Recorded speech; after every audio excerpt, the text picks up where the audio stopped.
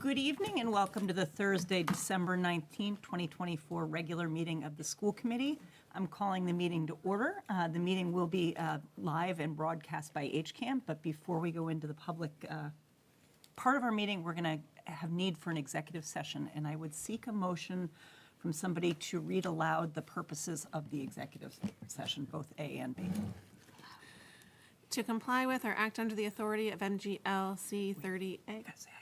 I move to enter into executive session to comply with or act under the authority of MGLC Chapter 30A, Section 21A2, for the purpose of discussing strategy concerning collective bargaining with the Hopkinton Teachers Association, because having the discussion in an open meeting would have detrimental effect on the school committee's bargaining position. And to comply with or act under the authority of MGL Chapter 30A, Section 21A2, for the purpose of discussing strategy with respect to collective bargaining with the Hopkinton School Custodians Union Local 1709, AFSCME, Council 93, AFL/CIO, because discussing an open meeting would have a detrimental effect on the school committee's bargaining position, and to reconvene an open session. Okay, there's a motion by Jamie. Is there a second? I'll second. A second by Kyla. We're going to do a roll call vote, starting with you, Kyla. Yes. Susan? Yes. Jamie? I'm a Yes. yes. Oh, sorry. And Chris? Yes. All right, so we are entering into executive session at 7:02. Sorry, you felt like you were.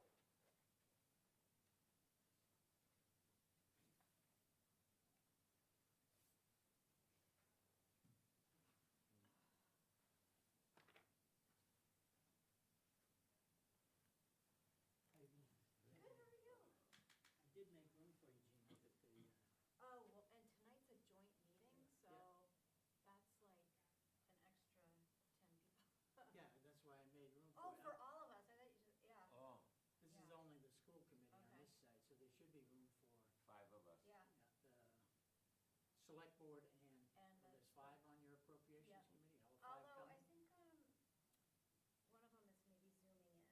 Because I got Shadul and one of the school committee members is on Okay. Zoom right now.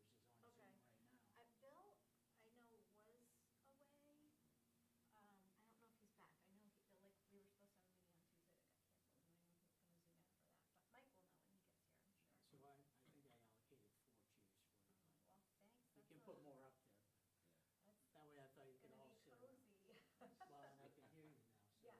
when you're back here, you're talking into the overhead Yeah. speakers, and that's not as Not good. as good. Yeah, well, thank you. Hopefully it won't be a super long one.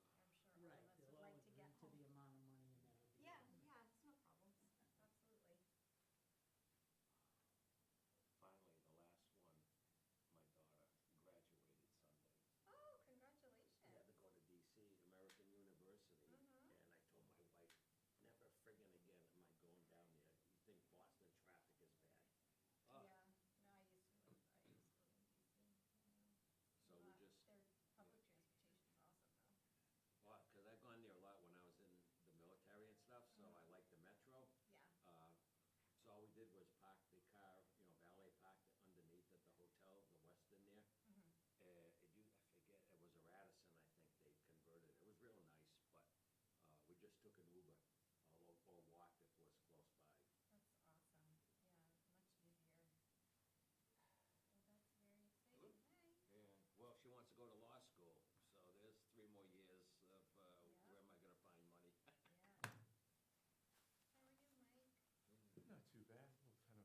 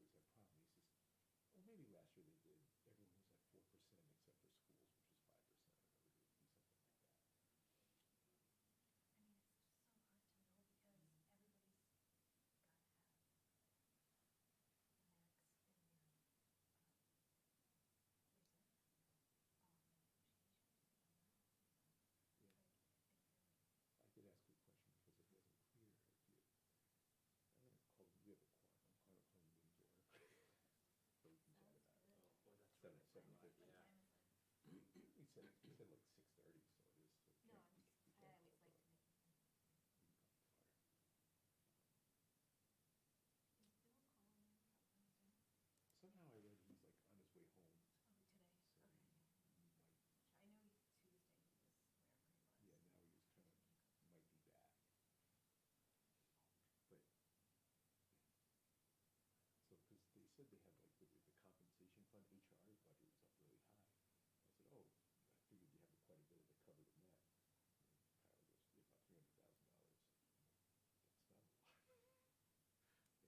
You know, for raises, because everything is strictly current contract, and a lot of contracts are up in negotiation. Yeah, like four.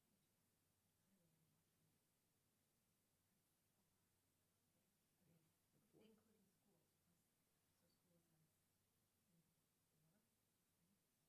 School, teachers, custodians, nurses, They're all different unions. Yeah. Well, and then there's DPW fire. when we had the special town meeting, they passed, 1.7% meal tax or whatever.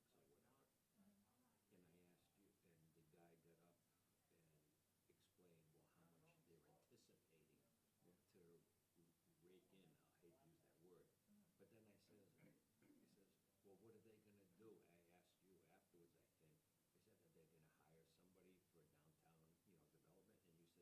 they're gonna hire somebody for downtown, development, and you said there was somebody already that's wearing 4 hats. So, we're gonna pay, another salary? Well, I But mean, that was, not necessarily, but that's what they, sounded like that's what they would like to do, is they would like to do it.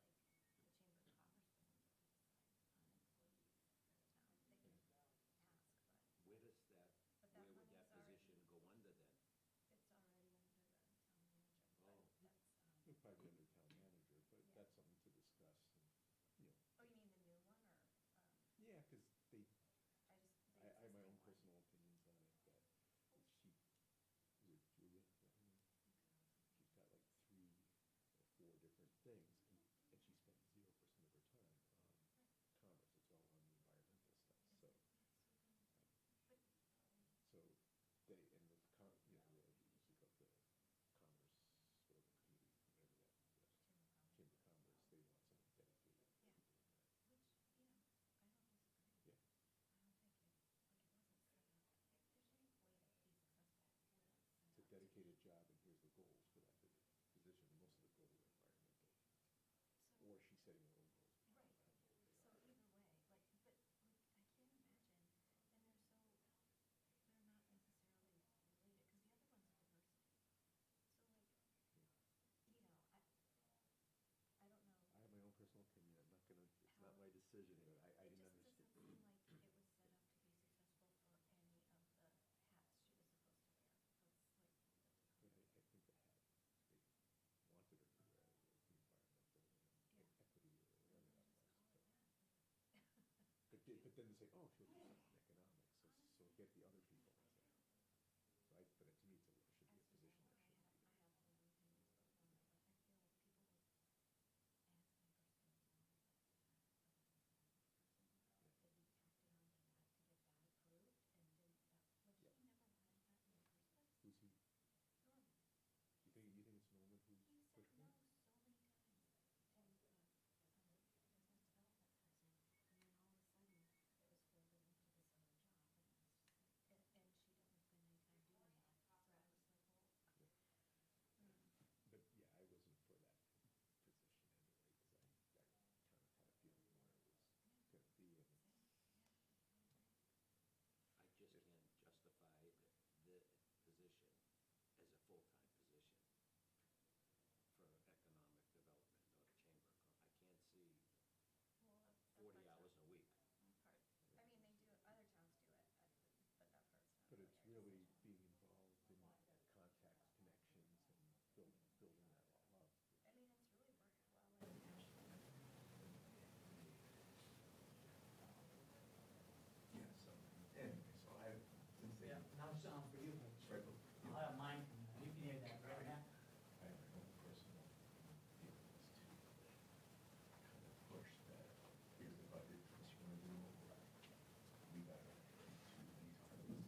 hear that, Matt?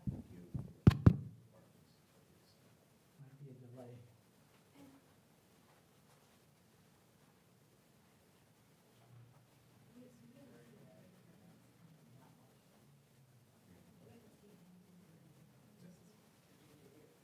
But you see, if you saw the page, right? Where it kind of showed, here's the, there might be copies, maybe it's on Susan, they said they were gonna make copies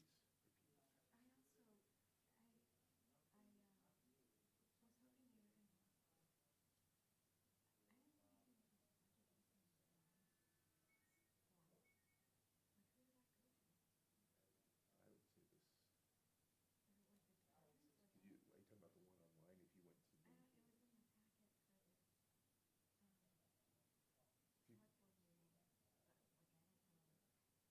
Did it have people's comments? Oh, I didn't even look at, I didn't even go through that, there was 53 pages, I did notice there is a resume from Jennifer Manning to be a police officer, and it's not my daughter. That might be a little bit awkward. I'm like, and then she graduated high school the year my daughter did, so it was the same year. Wow, that's bizarre. From It's where? right. Well, did you print out all of them or just the certain No, I pages? just scrolled down to what. I mean, obviously you wouldn't catch your eye, but it sure caught my eye when I was Yeah, skimming no, through I the wouldn't pages. notice that. I know Jen Manning. I would have definitely noticed But that. she was a Framingham police officer. I guess Oh, they hired her. and she- Well, I did, it was a thing, I came in sort of midway in the, Went off in the police. Yeah, that's what they were like a half hour behind. but, they were saying that it was their Police. for the first time in a long time. Yeah. And that's weird. This is the year saying, well, maybe keep it a little bit under for I now. was like, what? Because that, you know, because they've had that,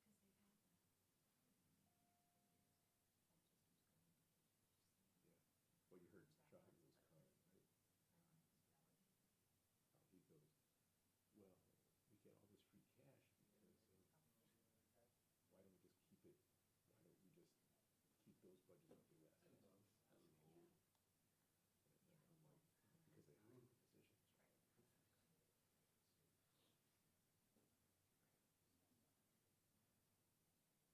That's food. no food fight though. Yeah. How are you?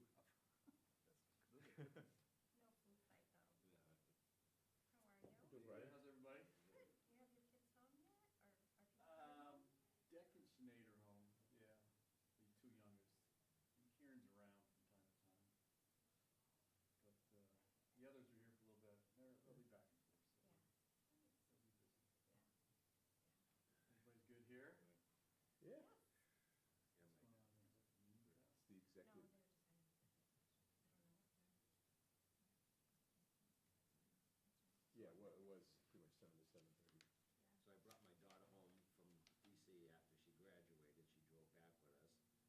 drove back with us. My wife is getting my middle son down at Greenwich. He took the train from New York City. Yeah. And then my oldest one left the Air Force at the end of November, and he got a job in Chicago as a computer, software, and he got drunk at the.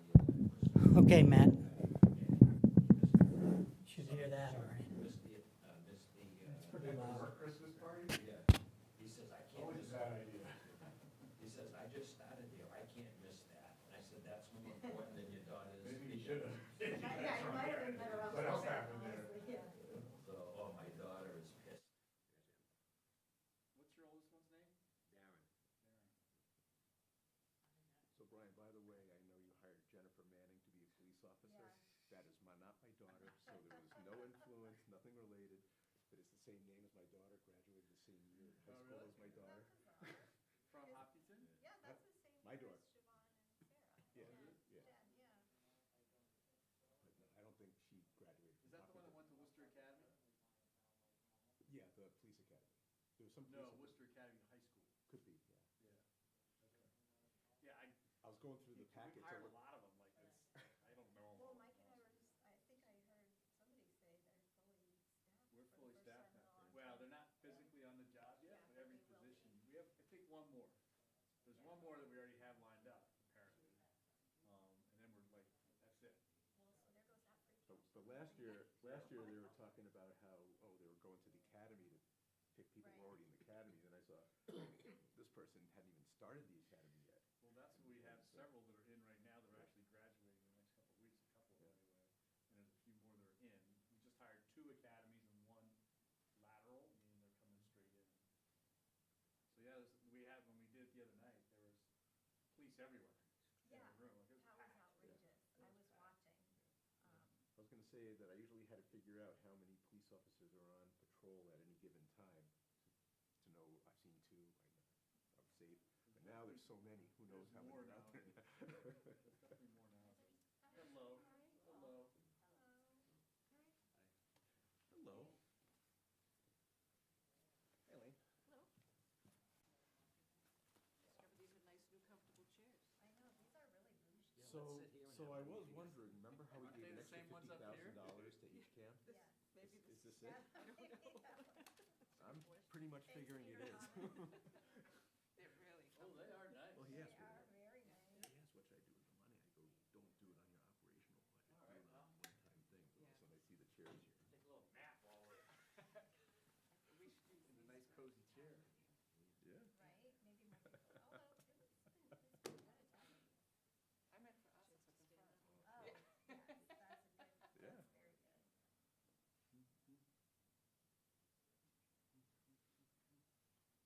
What else is new? Anything?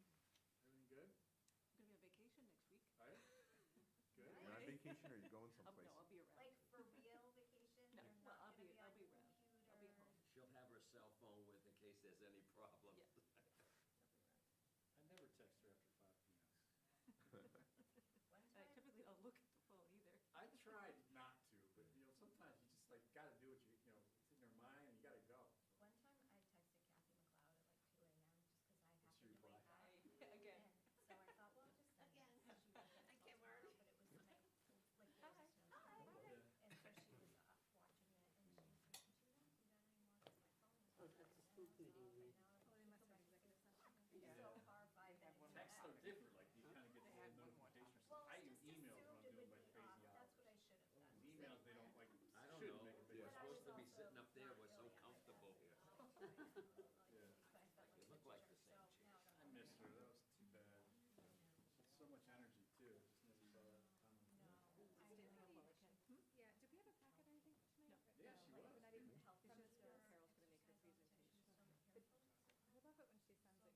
Was she sick when she retired at that point? That's why she, It was the last one to graduate. yeah, 'cause that came on, we're like, what? She came home with us like, never easy again.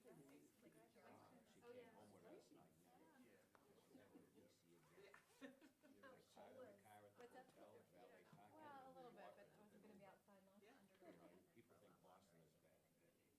I went there a lot when I was in the military and stuff, and it's, Yeah. I don't know how people do it. Yeah.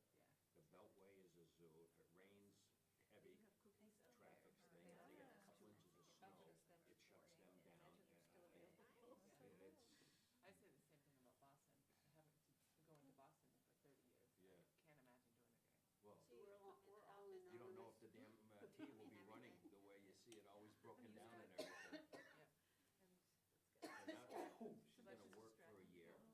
She's got a Yeah. job, Distracting is the other she, thing, but it was a yeah, four-part different. degree, economics, I'm law, not, I'm not like a force something now, or but other, and she's got a been job working through a as friend town at a law relief office, from the and campus. she wants to go to law school, so I 9-year-old. got 4 years left on my mortgage, so where am I gonna get 3 years for law school? When you say graduate school, you're on your own? Lane Joe is not coming tonight.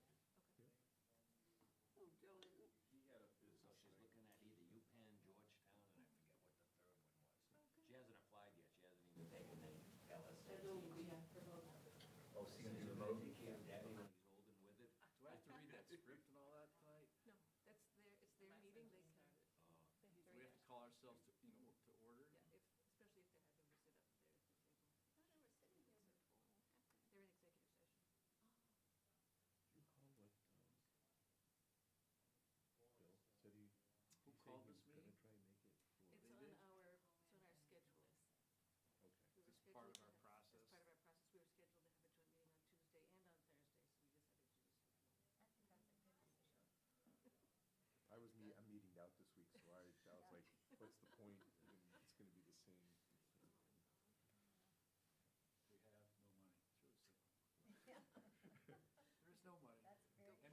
we already called our meeting to order, so Yeah. we can talk about it. Get ready for Saturday and Sunday morning, it's gonna be single digits.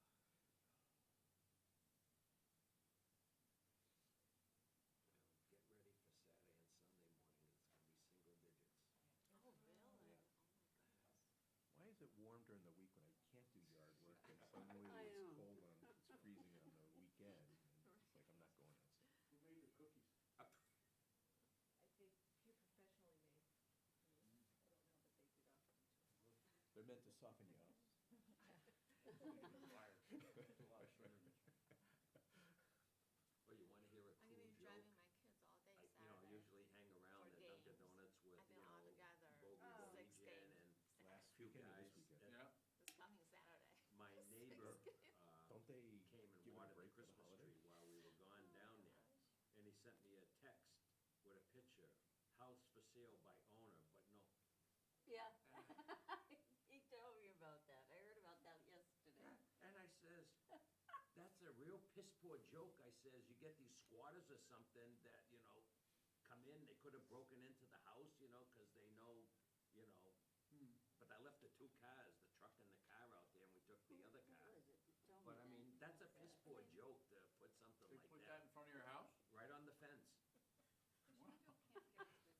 But they knew you're coming back in a number of days. It wasn't like it was gonna be I there for know, a but month. it's just the idea if somebody saw that, we hear about these squatters, if they move in, they would have had to broke in the front door or something, but. Could have said open house Saturday, 12 to 2. Come on Well, in. we have the safest town in America, so. Why, is that what they said? Is it, aren't we always like? We're in the top 5 Yeah. But they did it. statistical analysis stuff. So interesting. What was that? Test, test, test, test, test. I don't know how far back it is. There's been some stuff. I Which statistic is this? We were the top 1 or 2 3 or 4 years ago. Now I think we're the top 5 safest cities in America. I mean, however precise it is. Per capita, all there are different criteria per It is capita. a great place. And as we get a little bit bigger, we try and kind of stay the same, that's why we're getting a little bit better. because numbers are going down. So maybe before I go to bed, being a government employee, I'll find out whether we'll have a shutdown after tonight's vote. And you get to sleep in. It's like waiting for the superintendent's snow call. And if we shut down, I lose all my use and lose that I put in for. Oh. I hope we don't shut down. Couple times in the past, I got the money back, but there was one time we were out for, it said 3 weeks, we were out for 2 weeks, I only got reimbursed for 1 week, so, But they're talking about federal government, right? yeah. We don't shut down. We don't shut down. To give you a pay with an IOU, promissory note. Trying, there's just you,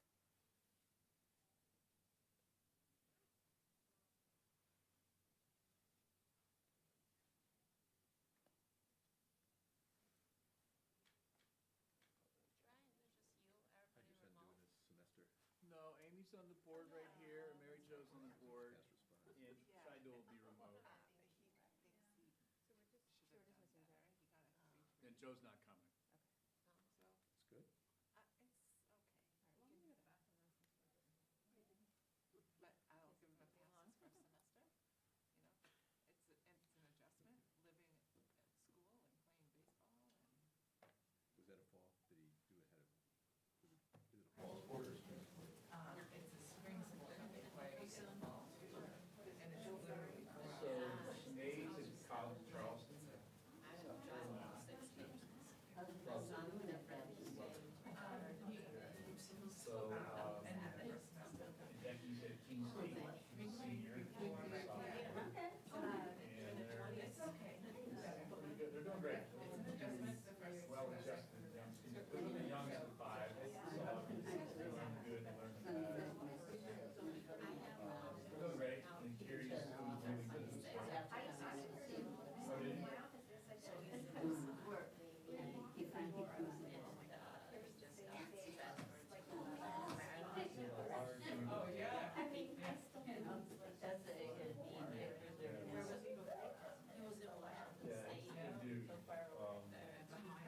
doing well. happy about that. You wouldn't know. Traveled the country, played golf. He's doing it right. He has no debt for his business or his life. It's great. And, yeah, he's doing good. Ron and Haley are both have cats, and they're all about cats. But my working days, So I Ron's have to actually been go in the in house every with us. day. She went to San Diego for a while. And so went back home. He's got a full-time remote job. Holding remote jobs. She's doing nice 6 months moving around for a couple of years. She was in San Diego. She was here for a month. She's just going to Philly. Yeah. And also the parking is the problem. And that doesn't work. She works for a company that Mary works for. Mary's a contractor, and Mary's Maybe not as many people like know going into the that. office. She's an employee, she's a W. My working days. It's a financial company for women. I could go like a And it empowers women to run their own finances and not be beholden to anyone else. I think it's mostly women that work there, but I think there are some men. So we're waitress at Small customer service person. Very business coach for the company, which fits for her. And they just got her all the cover of the world. Financial practices. Individuals, families. the trains and stuff.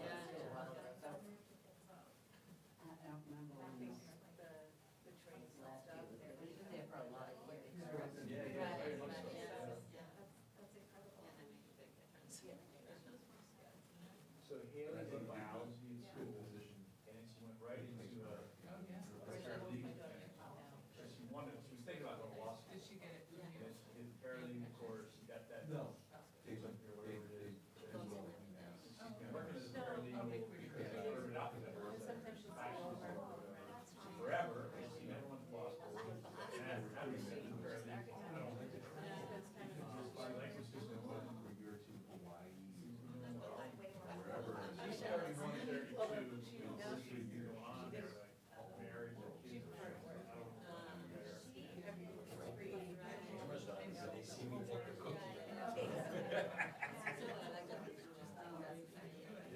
I was down at Cindy Altamira today. Yeah, Haley's been running.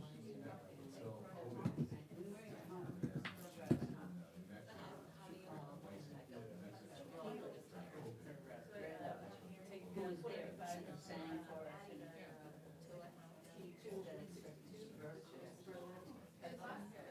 That's cool. Any grandchildren yet? But I, $15,000 scholarship. Now they can have to find out. Yeah, right.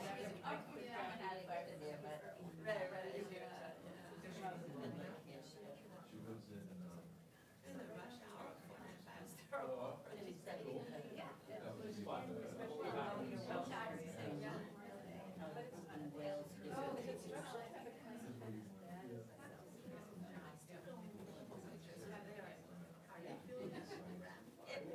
yeah, it is, it's wild to watch them all grow up. Come back. yeah. So you, especially Christmas, I love it. Yeah, all of them. I was out there in Springfield. they estimated, I think I found it.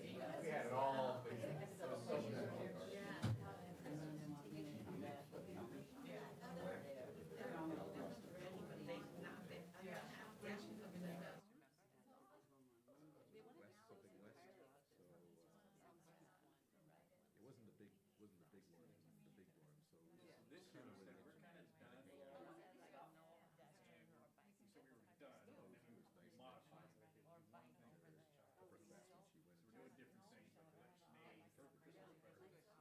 She's gonna take the Jeep. Going to UMass, you can get the spring for the apartment, because you have to be on a student program or whatever. Decky, we got a couple tools for whatever he loves to do, like work on mechanics. You know, it's funny. There's So we're just doing kind of like practical stuff. Manchester. The mistake I made is, When they were little, it's go bad. to UMass, you don't have to go. But then as they got older, it was just more. You won't stuff. You know, I mean, a little bit, but UConn, Half the you're stuff gonna have to take a loan at least for we don't $5,000 a year. That was not, it should have been, you have to pay the difference, but no, I just said 5,000. They didn't.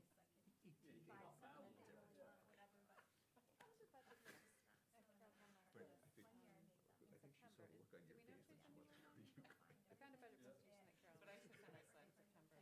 We received it, like, she's presented a couple times. Yeah, I haven't seen it in school. They haven't sent us in. In our house, when kids are little, the Easter Bunny, you know, the Easter Bunny's big bunny and comes in and hops around and knocks everything over. So I would take the whole house and tear it apart, and throw furniture upside down, and there'd be Easter eggs all over the place. It was a real mess, and the kids would come out, oh, look at Easter Bunny. And then they had to find it, because he would throw their stuff all over the place. They had to go find their baskets. And just banked it all. Yeah. And just banked it. Yeah. It's just hard to do, and if you took assignment in South Korea, that's like 300,000 or 400,000, but you're living in tents and it's misery, and you can't First house He's like, on Victory Lane, a little too much. they grew up, Legos, Lincoln Logs, Thomas the Tank consider Engine, all the wood. Then the second house, it's not, and by the time I moved into the one across from Cornell's, the last one I built, I said, where the hell did all this stuff come from? Yeah. It must have been thousands of dollars. Yeah, crazy. Yeah. How are you? Grade school. People get out. Good? Yeah. Yeah. It's a good day today. Huh? It's a beautiful day today. Yeah, it was beautiful. Yeah. Yesterday and today were beautiful. Nice, it was so warm yesterday. Yeah. You can feel it getting colder today, which I don't care for. I don't mind the cold, as long as you dress well. You don't mind the cold?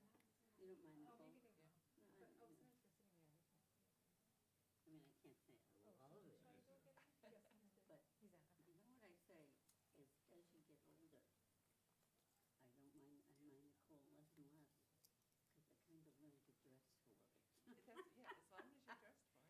Don't mind putting your boots on, you know, when Yeah. you're younger, you Yeah. can't do that, and you can't put hats on, and you can't We're have gonna heavy coats. let you know No, that you there's gotta gonna be, still look young. I just have trouble because it's dark at you're 4, a natural Oh, yeah. gas. Oh, yeah. cold, and I'm Yeah. like, it's just like, Yeah. I turn into like a bear, I just want to hibernate. I watch, this is, Twenty. America's got a shower of natural gas. That's right. By February Turns out, 2nd, the like rate increase, the rate increase, 40%.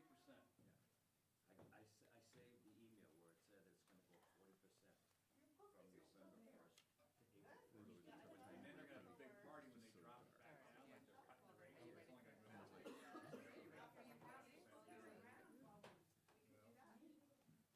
I go from the 8 to 8, one, October, November, it was $93. November to December, it went up to $290. No carryover policy, so some people are out like a Warmer from the one last December, last year. Yeah. Less stern. because it's a liability on the book. Yeah. Give the books around and burn their big Energy and healthier. show the vacation right? in the first quarter. Yeah, that's what I used to do too.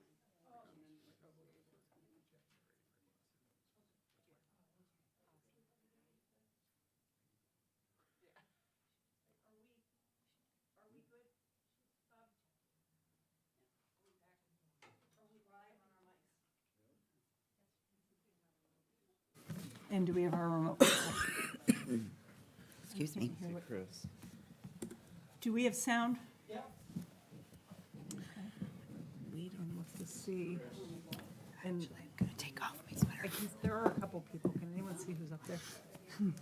I think Shadul is coming remote. He is. I just can't see if he's in there. Okay. All right, so On the 19th, we call to order.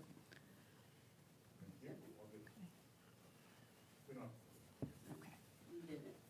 all right, good evening and welcome back to the Thursday, December 19th, 2024 meeting of the school committee. We have just returned from executive session and we are going to start with the joint meeting with the select board and appropriations. We would like to invite you guys all up. I think there should be enough chairs for everybody.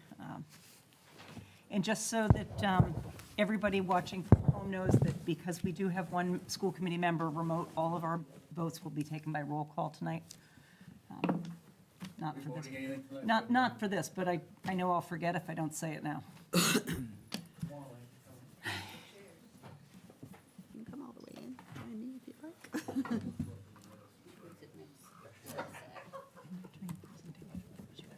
Yep, that's good.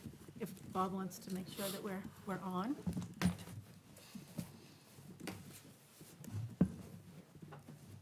You need to get that into, Yes. I have made it the request. Now they have to Okay. grant it. Let's see. Oh, I think, are they do trying we to have get? exactly enough chairs? That seems Gratuitous. like a good sign. Oddly well organized. You know, We did tell Bob how impressed we were with this. Yeah. It's great. well, welcome. If you both called your boards, Mike, is your the appropriations called to order as well? Okay. All set. So welcome. I think we're going to start with a presentation by Dr. Kavanaugh, and then lots of opportunity for, yes, actually, before we do that, we're going to have the Pledge of Allegiance. We'd like to rise for the Pledge of Allegiance. I pledge allegiance to the flag of the United States of America and to the republic for which it stands, one nation, under God, indivisible, with liberty and justice for all.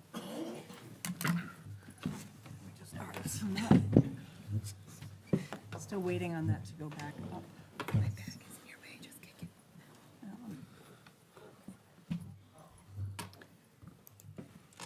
Can you see if, is Shahidul on there? I'm going to give you a minute. He is on Zoom, okay.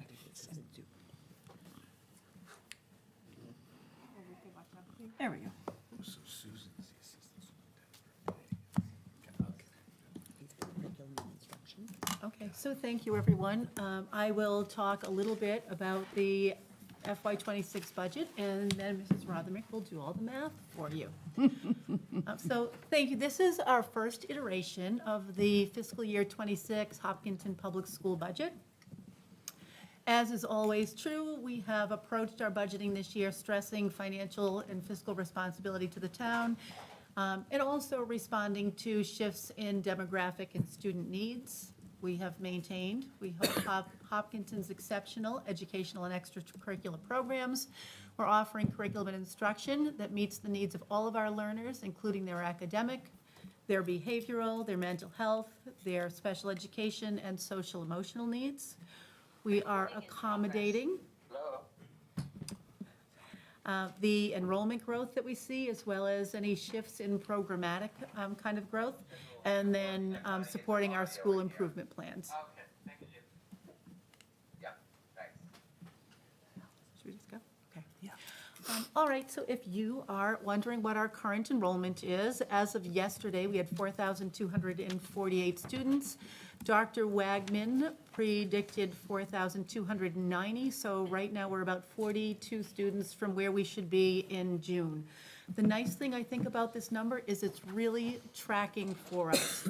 If we have 42 students join us between now and the close of school in June, we will be right where Dr. Wagman predicted. So, that said, when we look at the 25-26 budget, you can see that Dr. Wagman's prediction for the end of that year is 4,355. Now, these are the predictions that he made for us in 2020, and these are the predictions that we've been using historically since then. Hello, people on the meeting. The audio is coming from the HCAM, and the video is coming from the Bob HCAM. So I suggest you pin the video from Bob HCAM, and then you will still be able to hear the audio from the second HCAM. And sorry for the trouble. That's great. Can you hear us, Jim? Yes. Just, if you can hear us, we can hear you. We're all good. How about Shaidu? All right, should we wait just a couple of seconds till you get that hooked up? Okay. And can you see Chris Masters in there as well? I see Chris. Chris, can you hear us?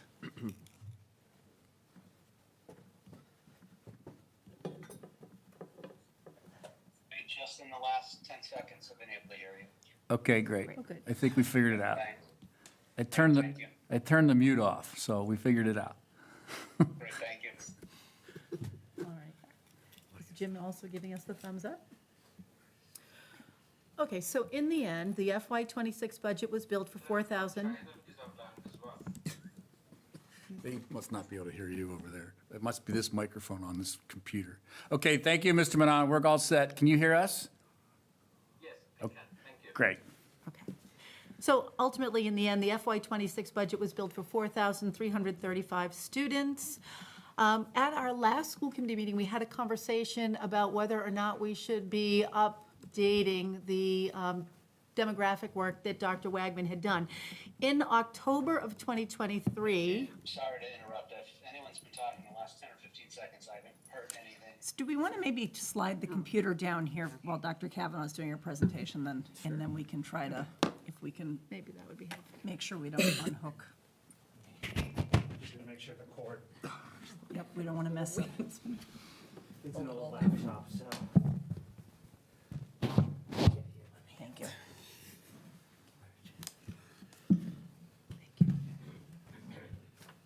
Great. All right, I hope that you can hear us now.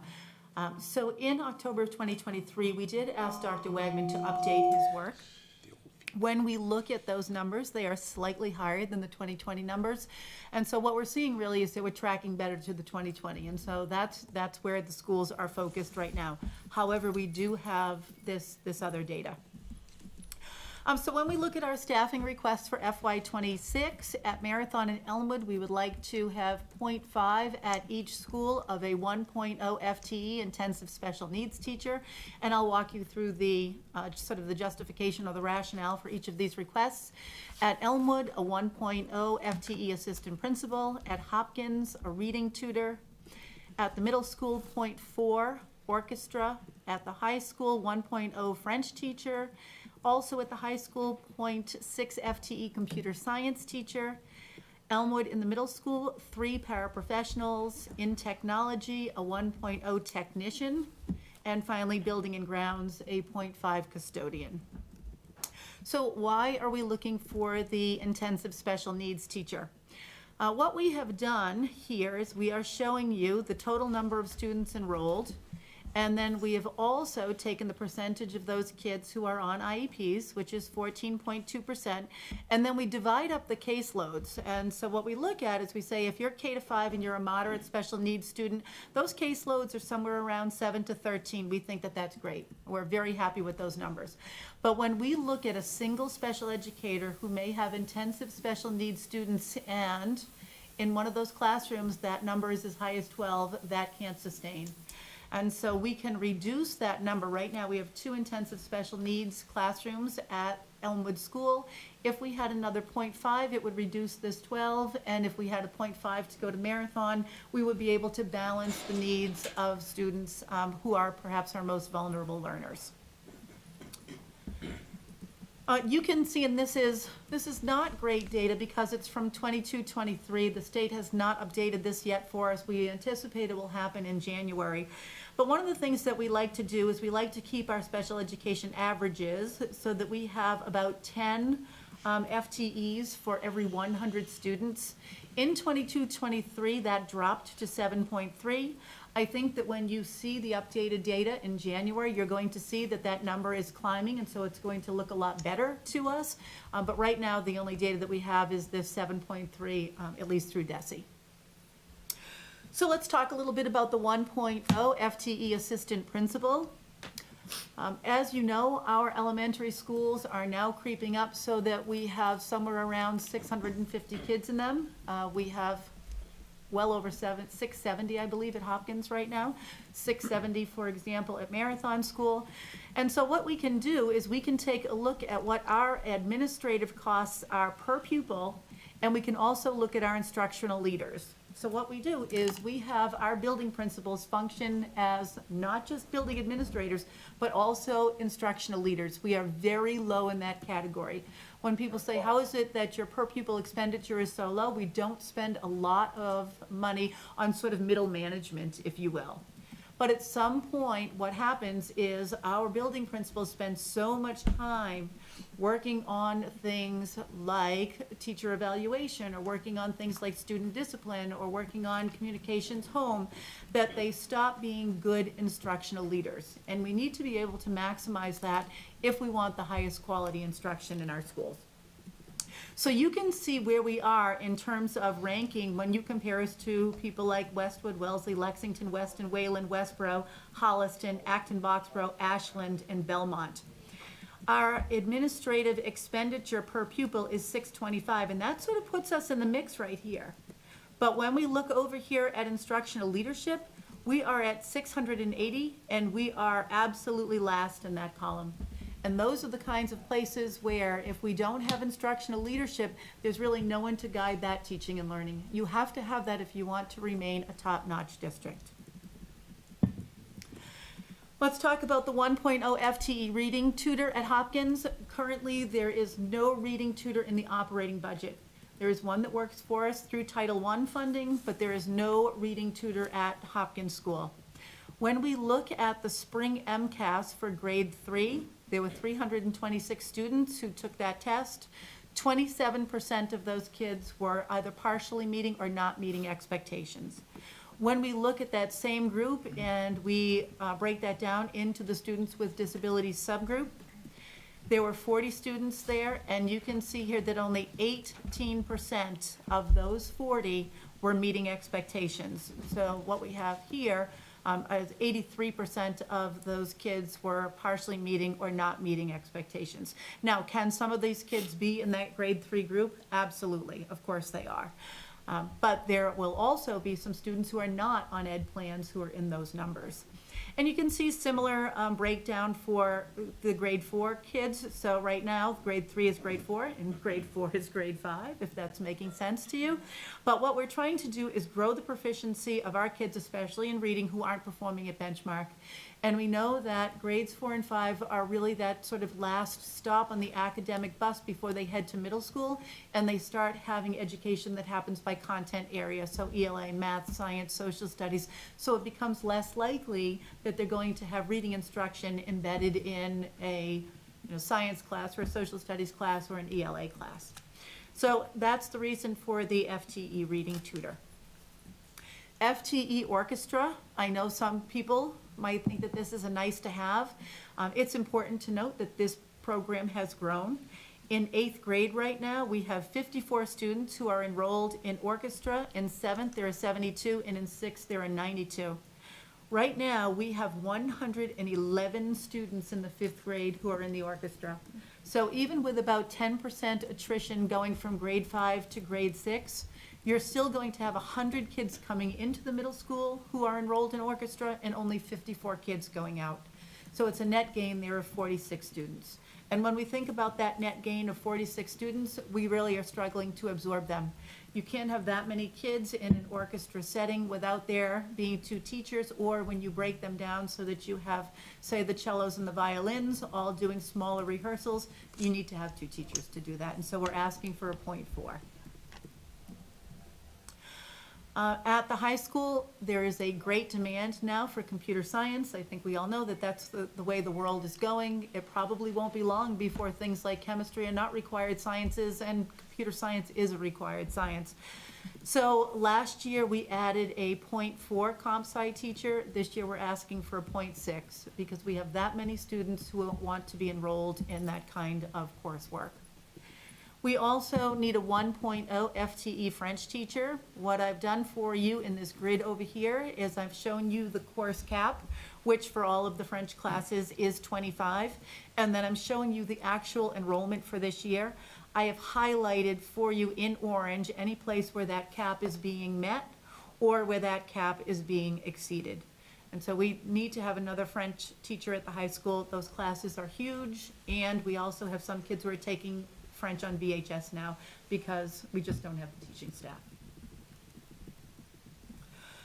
The Elmwood and middle school paraprofessionals, those are obviously just driven by special education numbers. So what you can see here is if we look at 2020, 2021, 22, 23, and 24, the numbers of students have gone from 476 in 2020 to 600 students in 2024.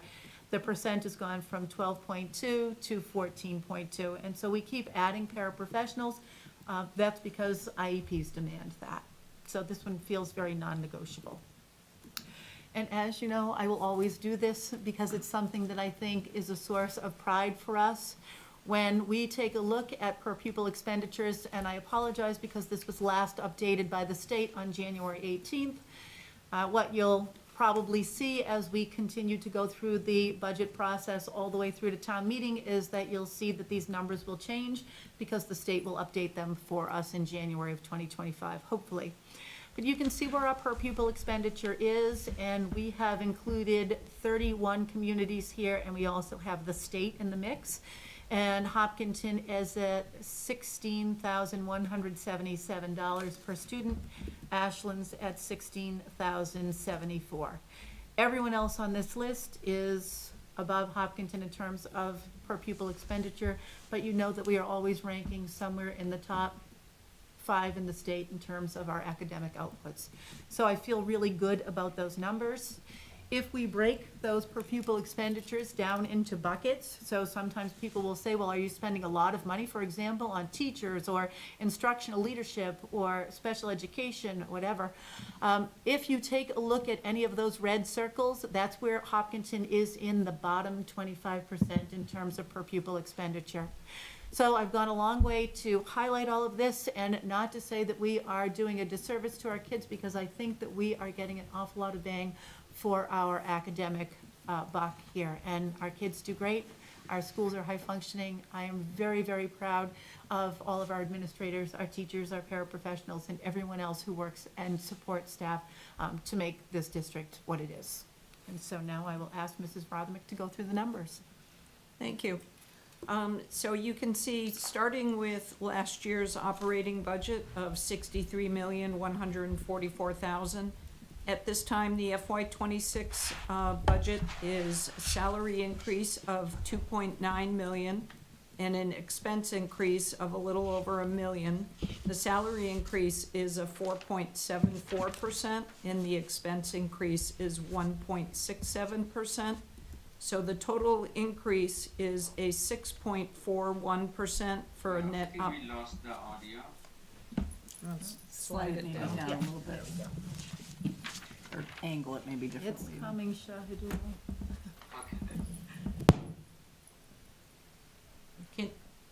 Can you hear me? Yes, we can. Okay.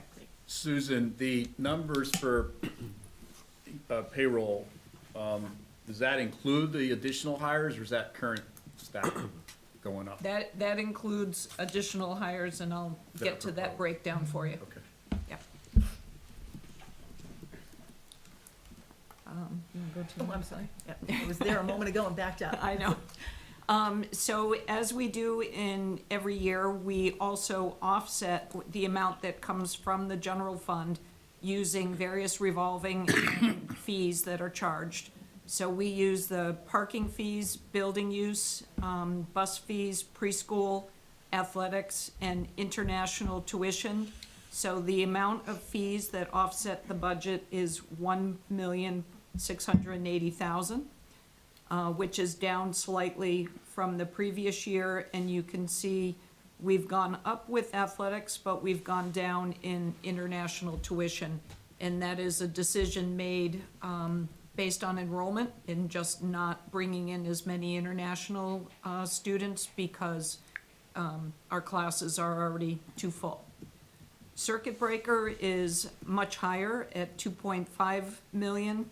And the special education reserve, the request is actually a little bit lower, $1,046,000.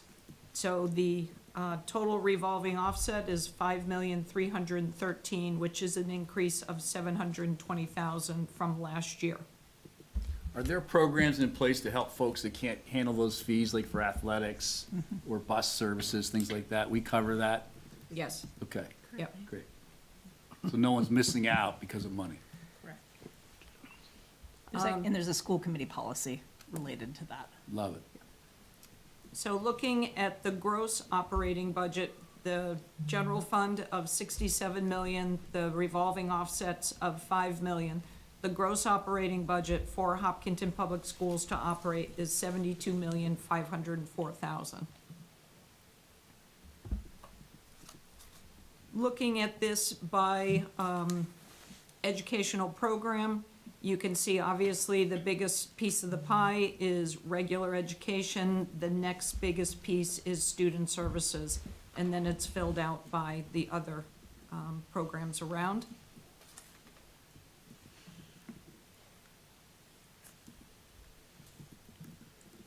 So looking at salaries. Oh, we jumped a slide. I got two bumps at once, I'm not sure why. That's okay. I mean, this is just a very simple visual that the budget is always 80% salary. So when we're building the most, everything that's invested in people. So looking at the salaries, breaking that down, our contractual obligation is $2,298,000 for existing employees. The staff request is $690,000. So the total salary increase again is the $2,989,000.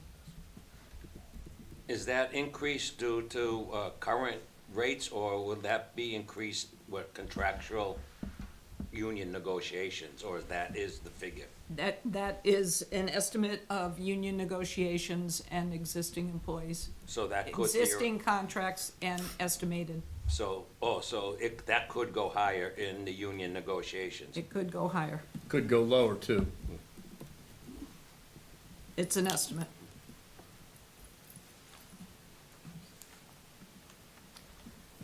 So when you break down what the requested positions are, again, the contractual is the 2.2 million, special education at 211,000, which are 4 FTEs.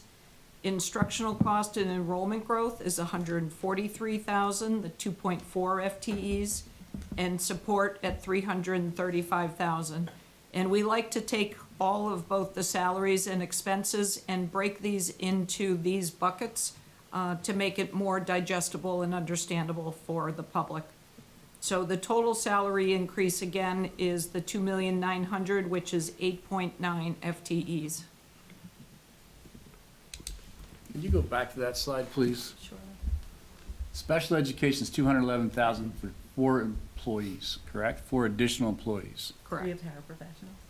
meaning, 3 of them are paraprofessionals, so it's not a teacher salary, it's a paraprofessional salary. okay, because like if you divide 200 grand by 4, it's 50K a pop. That seems awfully low to me. Yes, If you go to the next slide. So it is 1 teaching position, which of course will have a higher salary, and then 3 paraprofessionals.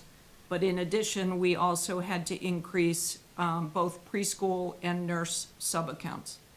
That's all included in that 211,000. So while it's 4 FTEs, there also are sub-increases in there as well. Okay.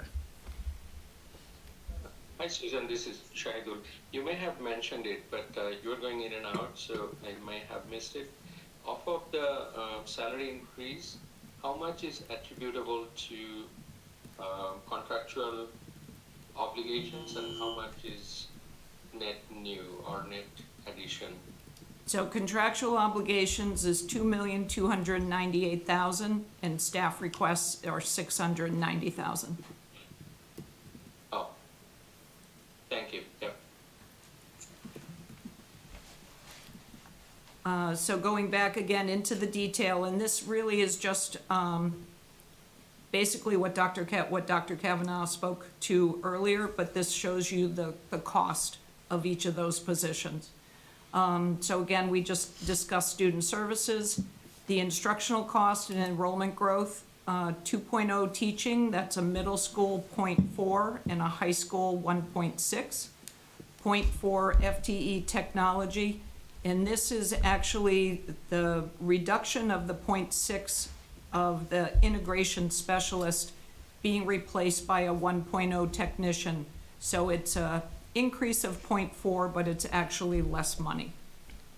So it's a 2.4 FTEs at 143,000. Administrative, it's support and facility enhancements, a 1.0 Elmwood assistant principal, a 1.0 reading tutor for Hopkins, a 0.5 custodian, and an increase to sub-accounts district-wide of 153,000, and that is to align with actuals in the past couple years. So it's 2.5 FTEs for a cost of $335,000. For expenses, the expense increase is $1,056,000. And the next slide just shows you again by educational program. And you can see that student services, the most expenses, a lot are contractual obligations. So with student services, the cost is the highest. Then going into transportation, and you can see the breakdown of each of those slices.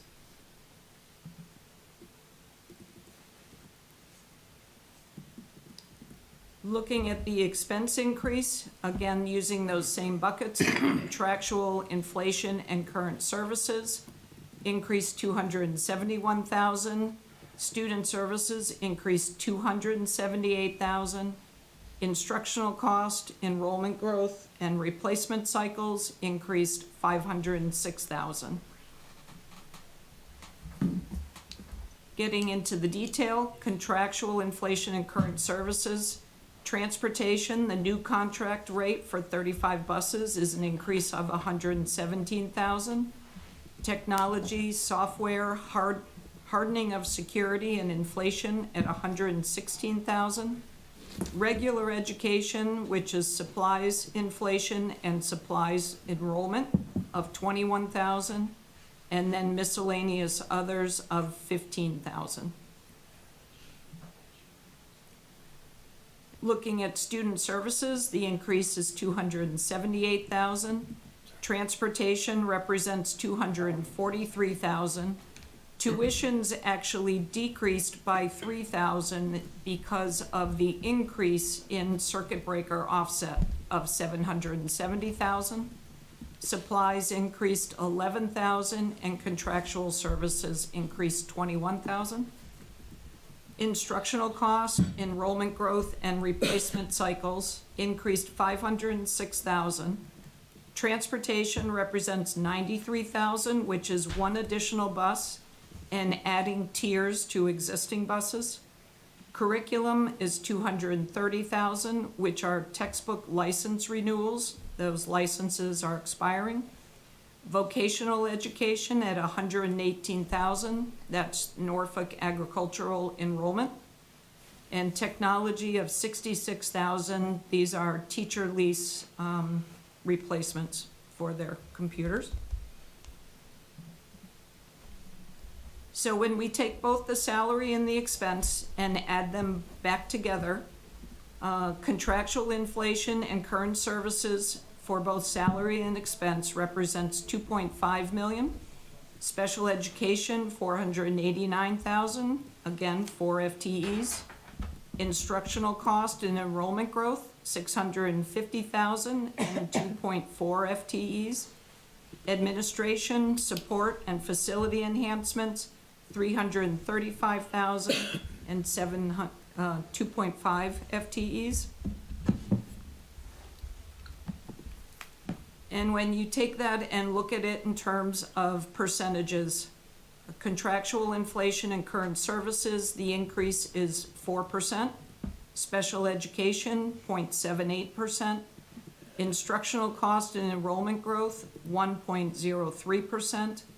And administration, support, and facility enhancements, 0.53%, getting to the total increase of 6.41%.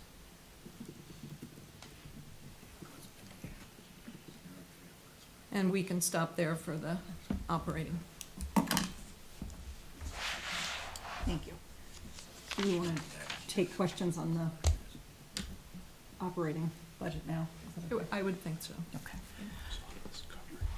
Want to start, why don't we start with appropriations to start on the other side of the table? If you guys have questions that you'd like to ask or questions or comments regarding the operating budget.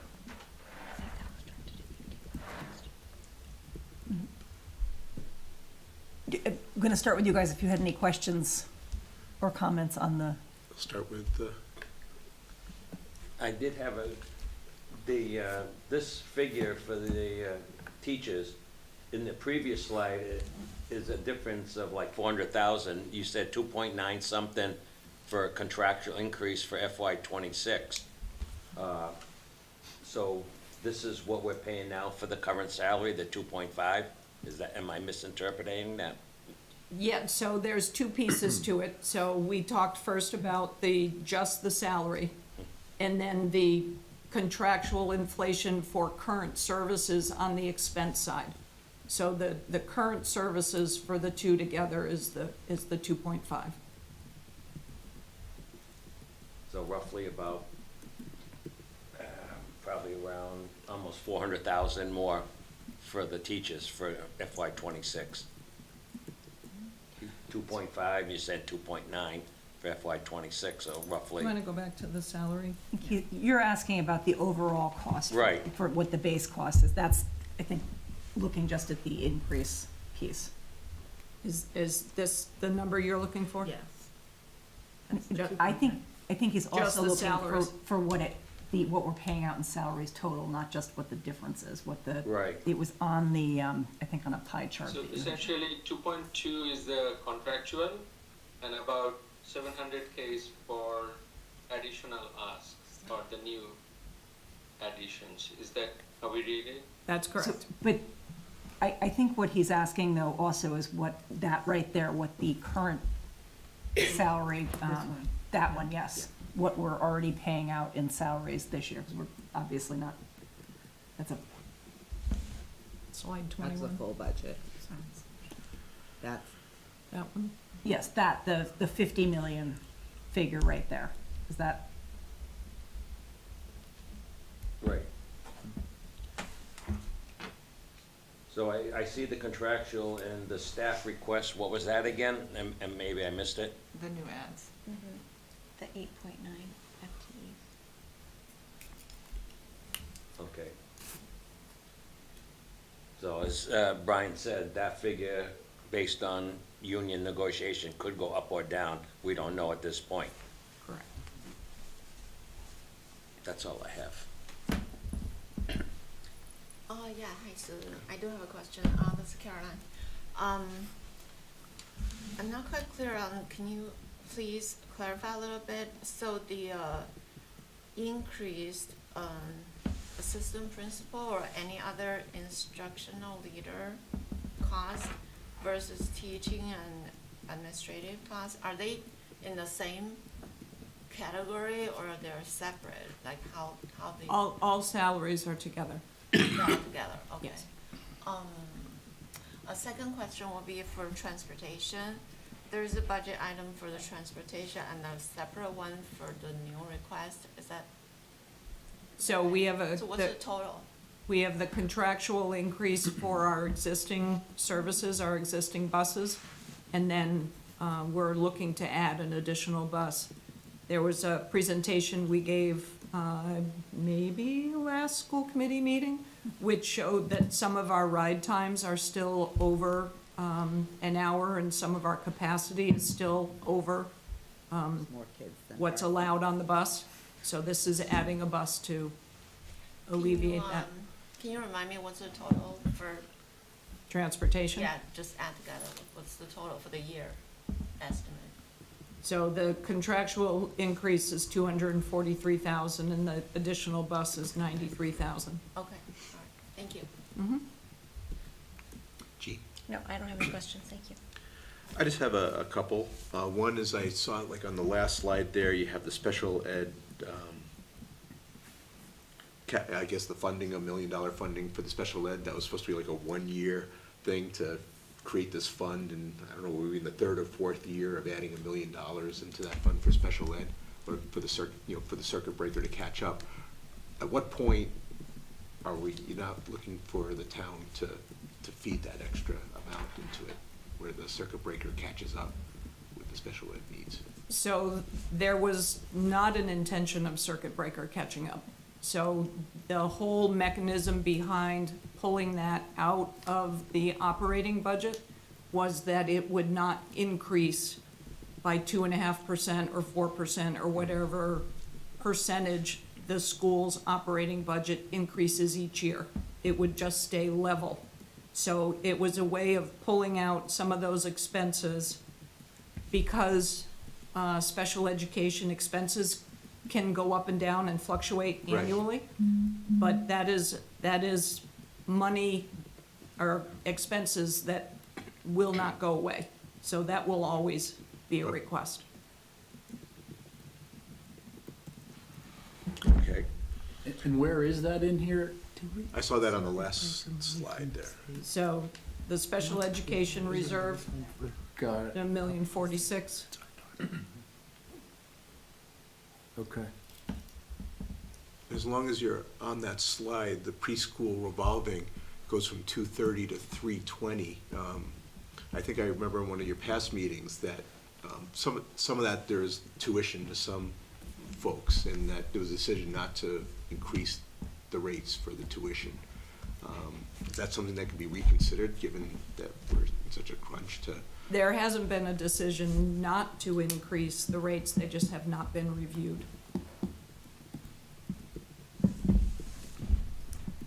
Okay, that's it for me.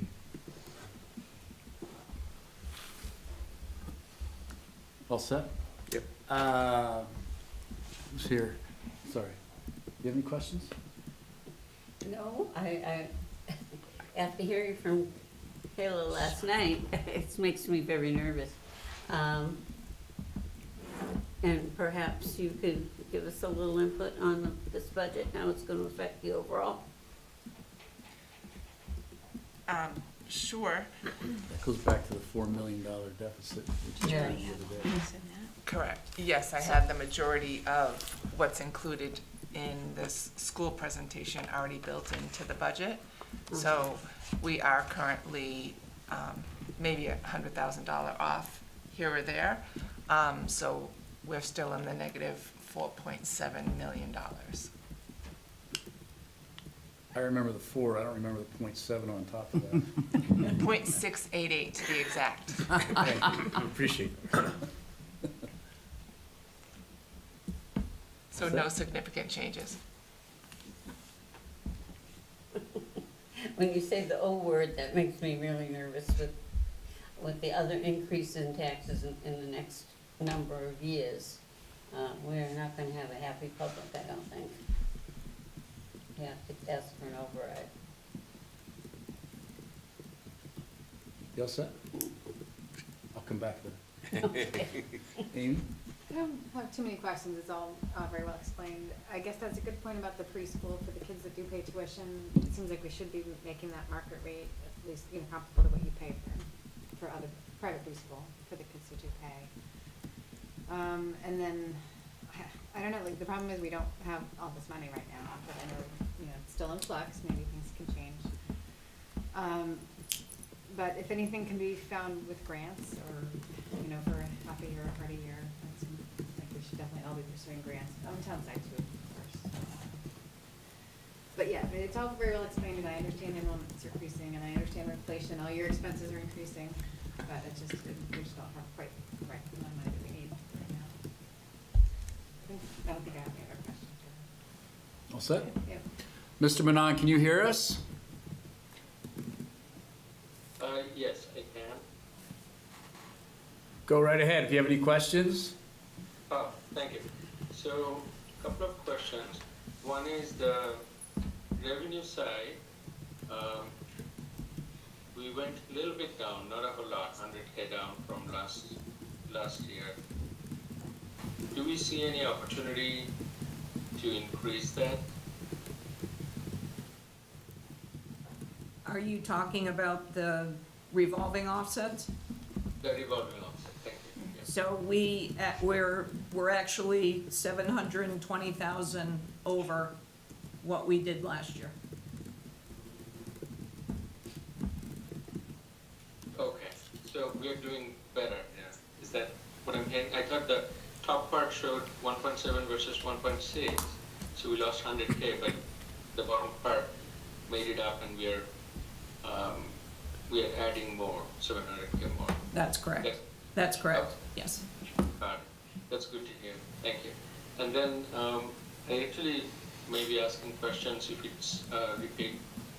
Sorry for that. We missed a lot of the audio.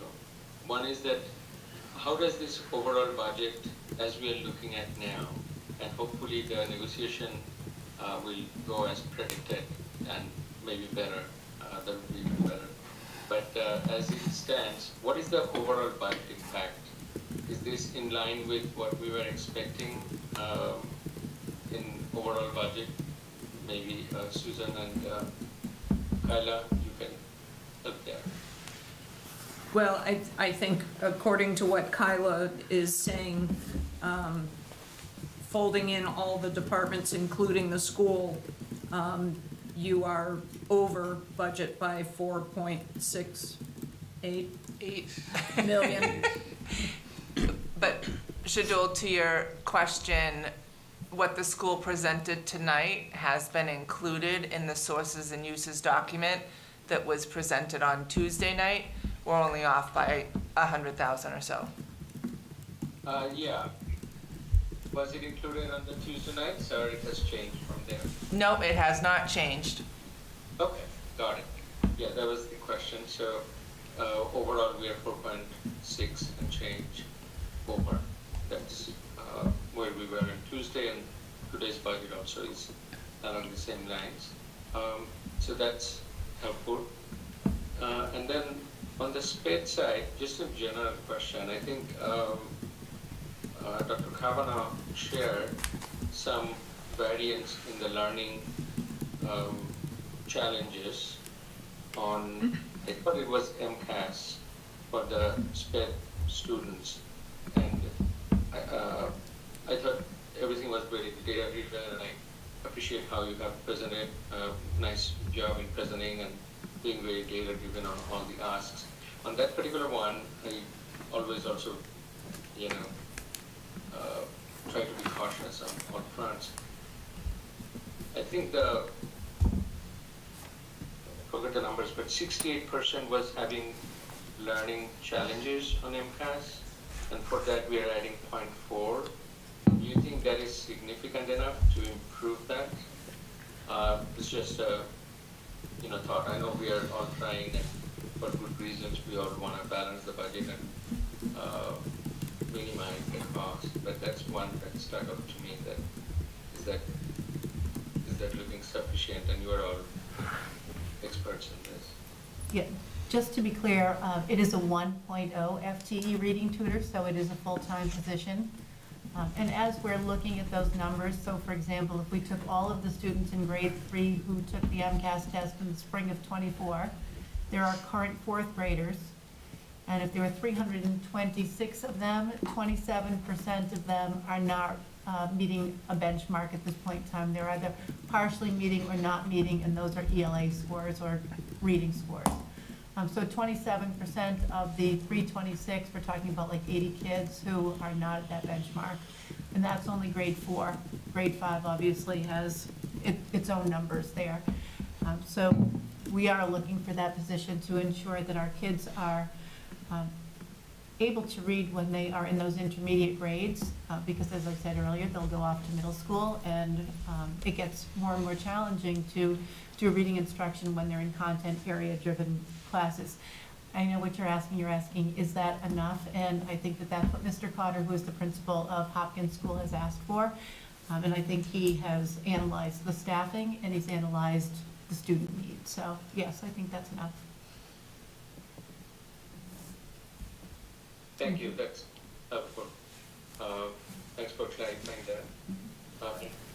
One, I think last one for now is that it's great that we are at number 27 of 29 in terms of per student cost. And I always wonder, and kudos to you all, the staff, and really appreciative of all the good work that you do. What do you think your secret sauce for the ROI versus the cost? And the reason I ask that is there is also some myth that depicts average. And today I think I like how you also gave the various subcategory level cost comparison, which was very helpful for me. But in general, what do you think is our strong suit to make it happen as the cost-wise number 27 and quality and education excellence-wise in the top area of market? Yeah, I think you may have answered your own question, and that's excellence. I think that our teachers are very. Very Dr. Kavanagh. Oh, sorry. I think that our teachers are very dedicated to their craft. I think our building principals are very invested in all of the kids. And I think we have a great group of kids and families who are really invested in high-quality education. And so, it's that sort of excellence that everyone is striving for all the time. And I think that's what gets us our scores. Thank you. Coming to that, let's continue on that course. Thank you all again for the good work. And again, this is a challenging budget year as it has been in the last couple, and with the debt inclusion increasing and all those, we will have to look for as much as we can for alternate revenues. And if there are other options that we can look at for grants or state level aids, those are all open, and I understand they don't have a lineup right now where you are. It's a challenging situation. And on that, I was talking to Representative James DeRosa as well, and on the SPED front, if there are, and there might be, some opportunities that we could start looking at as well. But those are all, I know you all know better, and we're all trying to harvest as much as possible. That's something we definitely want to keep on our radar. But thank you. This was a good, well-documented presentation. Appreciate that. Great, thank you. Kyla, do you have any questions? No. Do you have any questions? No. You sure? Yes. I have a few. First of all, I think great work to date. That was obvious that teachers, staff, custodians, everybody chimed in and built up a budget, which I think was a really great presentation. You can see it in the work that came out. So very well done. Thank you for that. I emphasize the word to date. Great work to date. We are just beginning this process, really, in the public view anyway. We have a $4.6 or $7 million deficit right now. That's kind of rare. That's a little on the high side based on previous years. The O word has been mentioned a couple of times. This is way too early to say we're going to do that. Yeah. I get that why it's being mentioned, but it's way too early. I'm talking to our friends that are going to report on this. It's way too early to say that we're going to do an override. That is not the case, right? We don't know what we're going to do yet because it's still very early. So we've done great work to date, and thank you for that. But it's to date. We got a long way to go. We might solve this thing on May 4th or whatever it is. Who knows? We'll figure that part out. But great job so far. How is the Budget Advisory Group doing? Good. We meet on Thursday mornings and then again on Thursday afternoons. Do we have good participation in that? Is everybody being able to make that and it's all good? Within reason, yes. Okay. All right, so we're doing that, and that's coming in some of this. So none of this was a surprise to the Budget Advisory Group, right? Okay. All right, great. That's good. Because that's going to be really important that group is getting together now and understanding each other and the concerns, because when it gets a little dicey, and this is going to get a little dicey for the community, as was mentioned earlier, we need that Budget Advisory Group really communicating well to figure this out. So I'm glad we're meeting and getting that organized, but you ain't seen nothing yet, right? This is going to get really interesting here in the coming March, probably. We're going to check into a couple of different things in terms of how much free cash has come back on average or typical over the last 5 years, which I don't think has been a lot. We want to check what the increase has been typically over the last 5 years, things like that, just so we can have a few benchmarks internal to our community as to how the schools have been funded over the years. And, you know, bottom line is we want to keep figuring it out so that we can fund the schools. I think that's really, really important message as well. The schools are the backbone of the community, and we got to make sure that we take care of them. A couple of kind of specific questions. The French teacher, again, I didn't think there was a lot of money in that 1.4 for increased instructional. I think it was $143,000. What is that French teacher salary? So we typically will budget for a new staff person at master's step 5 in the salary grid, which is around $75,000. $75K, okay. We used to talk 50 grand per teacher, now we're talking 75, but that was a long time ago, so that makes sense, okay. The replacement cycle's at $506,000. When you say replacement cycles, what does that mean? Like regular maintenance, vehicle, like what is that? I don't need the gory details, but I'm just curious what you mean by replacement cycles. So when you're looking at, so slide 28. Yeah, I don't have the numbers, but it's the Okay. one that's up there now. If you go down a couple more. That one. Okay. So, for instance, curriculum. So, textbook licenses, and Mr. LeBrod can speak more to this, but the licenses are typically, well, now we can go for 6 years. And so when they expire, you need to re-up. And these are mostly in the math curriculum area for the textbook licenses. The vocational education, these are just students that have shown interest to attend Norfolk Aggie. So we have to budget for them. That's outside of the Keefe Tech vocational, which is budgeted on the town side. And then technology, the teacher computers, there's a replacement cycle of 5 or 6 years. And so these are a set of those computers for the teachers that need to be replaced, to give you an idea. Got it, okay, that makes sense. All very much education-based, not so much changing the oil on the trucks, things like that, right? Okay, Right. got it. Thank you. I do have a corollary to that. On the technology, you have textbook license renewals. Don't you have license renewals for some of the software that we use within the school? Like Adobe or Word or Microsoft? Yeah, those are all covered as part of just recurring expenses as opposed to a replacement cycle. So Is that listed somewhere? that's part of the contractual obligations. So for instance, we have a contract with Adobe, you have to continue to pay that contract. So not really a replacement cycle thing. It's a continuation of a contract. So that's embedded somewhere in one of the? Yes. Okay. Yep. And I believe the Power School license has gone up quite a bit this year. Power School is very expensive. Mhm. In years past, there was a lot of discussion around guidance staff and having sufficient, numbers there to make sure the students' well-being is cared for along with everything else.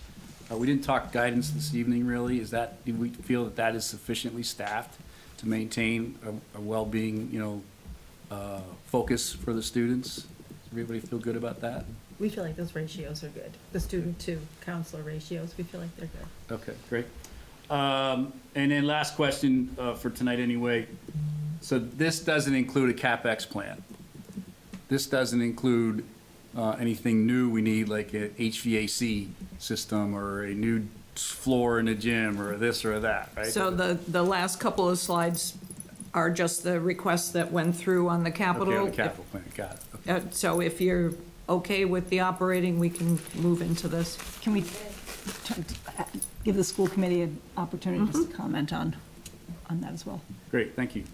And actually, I do have one question that I forgot to ask earlier, about MCAS, and if it's a long answer, we can talk about it at a different time, but, given the vote in November, what changes do you anticipate to MCAS in the district and your administration of it? I know, we're talking about addressing needs of kids who are not meeting expectations early, so they don't, the gap doesn't widen, but what do you predict is gonna be the trajectory of that? Sure. So that's actually my superintendent's report tonight. But I think the Reader's Digest version is that nothing is really going to change. We are still going to administer the test. The state and the federal government still expects a 99% participation rate on the part of the kids. And so the only thing to really change is that if you don't, before you had to meet a competency determination through a test score and then maybe through some coursework, you don't have to do that anymore. The plan now is to have your local school committee determine what that competency determination will be. And so that's one thing we'll talk about tonight. Okay, that's really helpful, thank you, I'll stick Yeah. around for that. Very quickly, that the MCAS gives us so much data about what we're doing well and what we need to work on, that I think we use it, and we use it well. So just to, if people on the school committee, I know we've seen bits and pieces, this is the first time we've seen it all together here, but I want to start, Chris, just because I know that you're online and the connection can be tenuous. Did you have any questions or comments on the presentation for the operating budget? Okay, he made it. All right, I'll circle back to you if you can't hear me, and then start down. Do you want to start, Kyla? I have no questions. Okay. Susan? Jamie? Thank you for putting it together. I think we're really working hard to keep the numbers as low as we can. Our goal was level services. So was going to say the same thing, but also just for folks who are watching this at home, this does go up on our website under the school committee, under the budget tab, for people who want to look at this presentation tomorrow or when it gets up there. I can find it there tonight, but it will be up tomorrow, is that? It typically doesn't go up before we discuss it, but Georgette will usually put it up the next day Tomorrow. in case anything changes last minute before we. Can I make a plug for the orchestra program? I went to the orchestra concert. I am a violinist, and I was in awe. It was and it's just strings. It was absolutely amazing. I can't remember how many students were up there. They did pizzicato like one instrument. So that money is like really, really well spent. I believe they've been using volunteers from the high school too to help the students because of the large amount this year too as well. So being very savvy with. Yeah. We are very fortunate and have been for a number of years to have a very strong music department. Oh, yeah. To complement our other strengths. Do you want to go ahead into the Capital? Capital? Sure. So quickly, what we have put forward for capital for an end-of-life replacement is the HVAC district-wide of $735,000. Storefront, the entry doors, these are the entry doors going into the middle school on the water tower side of the building. Those have deteriorated. There is a sewer pump cover, which is on the driveway behind the high school. It is a metal cover that covers the sewer ejector pump that is down in an underground chamber, and that has been damaged over time by heavy vehicle traffic. So the doors are bent. And technology replacement, $100,000. And then student needs, the adaptive playground that has been put forward by the Adaptive Playground Committee of $1,243,000. So happy to take questions on that as well. On the adaptive playground, is that fully funding it there, or is that including some CPC contribution? So it was presented to the CPC. This is the full amount because this was done before votes for the CPC. I believe they've voted to fund 300,000 of it. Does this have to be on school property? So the Adaptive Playground Committee looked at all the locations throughout town, and they determined that the Marathon location was the best location to get the highest use. I think we can get more CPC money if we don't have it on school property. The issue is that there's only one playground in town that isn't on school property, and it's EMC. So if the adaptive playground was put in another location, that's akin to segregating children who need an adaptive playground from typical children. So I will say, so when they narrowed down all the sites, the potential locations, one of the sites that was in the final was Fruit Street. And the committee, within their discussions between the noise that exists of all the activities that are going on at Fruit Street, the traffic, Fruit Street actually got voted down. So that would be probably another logical place that people would think the playground could be. I'm sorry, Susan, can you get closer to the microphone? How about Center School, behind Center School? But we have a new plan for center school. What's that? We have a new plan for center school now. Well, I don't think we should get into like all the details. I'm just saying, there's more funding if it's not on school property. That I know. So can I also just add, and maybe you want to comment on this more in depth than I did because I wasn't on the Adaptive Playground Committee, but they started with 198 parcels of land they were looking at in Hopkinton that were town-owned to build the adaptive playground on. They narrowed it down to 32, and they looked at a set of criteria to determine the place where they wanted it to go. It's not going to get more CPC funding this year for sure, because they've gone through and voted, and because the feeling, I don't know if you watched the CPC meeting, but what the expressed feeling in the meeting was that because there was a committee that was not just school, it was a town committee that had looked at this in depth to determine the best location, and because they had determined that to be the best location, that they weren't looking to change the location as a whole on that committee. I am not opposed to the active playground at Yep. all. I think it's a great idea. I am opposed to adding another $1.2 million to our debt when we've got 198 or whatever it is, million of debt, plus the other stuff we had before the new schools and the taxes and blah, blah, blah. I do know we can get some more money if it wasn't on school property. If it has to be on school property, okay. But we have to make that very clear to a lot of people that this is the best choice, and this is the best educational choice as well. Right? 'Cause- Another factor is that most of the children using that adaptive playground are receiving services at the Marathon School. Right, and that's part of the education. Which, piece, yeah. and that includes 3- and 4-year-olds for folks at home that aren't aware that our integrated preschool is located at the Marathon School as well, and folks that are receiving services, that are in our youngest kindergarten and first grade as well. In addition, I was on the playground committee, and the ability, if parents are taking their kids to EMC and they need an adaptive playground, they can, with two parents, they can take the kids who need the adaptive up to the adaptive and the EMC and still be parked in one place. So it still is going to get usage when normal playgrounds get usage. And there's also that they could play Side by side, which is also because what there's the also adaptive regular- program playground Yeah. is also trying to engender, the playing side by side. Yeah, okay. And as we know, like at EMC Park, To the chair. sports in the weekends and, Hold on one second, Amy's in the middle of saying something. oh, sorry, I was just gonna say, like, I remember when my kids were little, if the oldest one was playing baseball at EMC and the younger ones can't sit through a baseball game, we would head over to the EMC playground, but it could get pretty full, and, there's a lot more kids in town than when my kids were little, so that's an overflow for EMC Park too. So I think it is a really good site for it.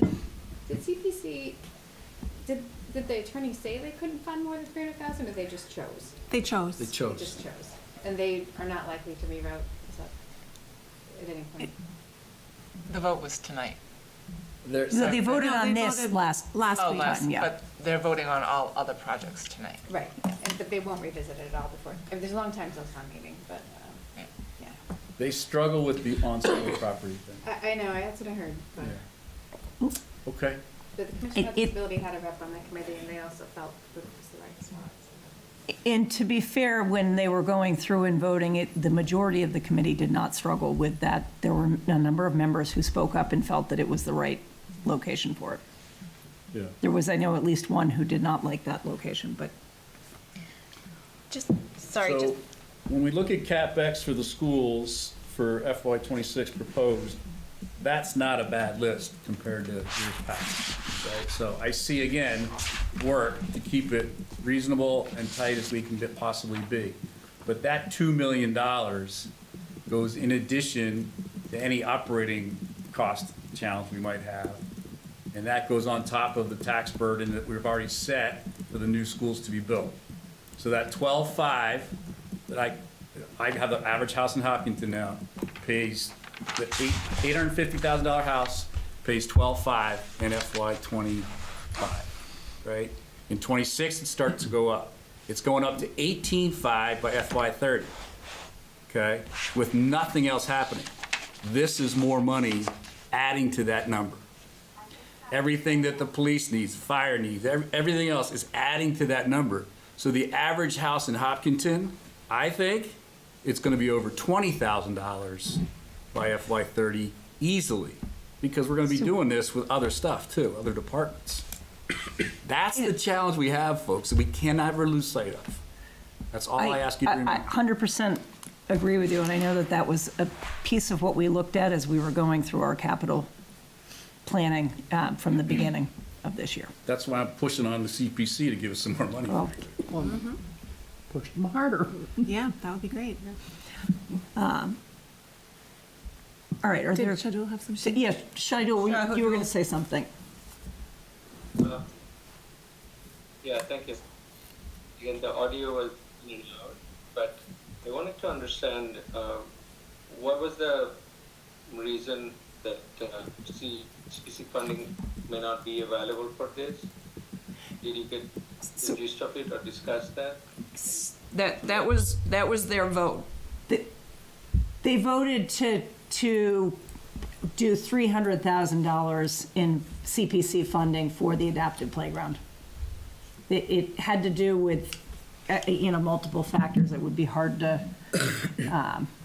I wouldn't want to misstate by trying to just cherry pick a few. Okay.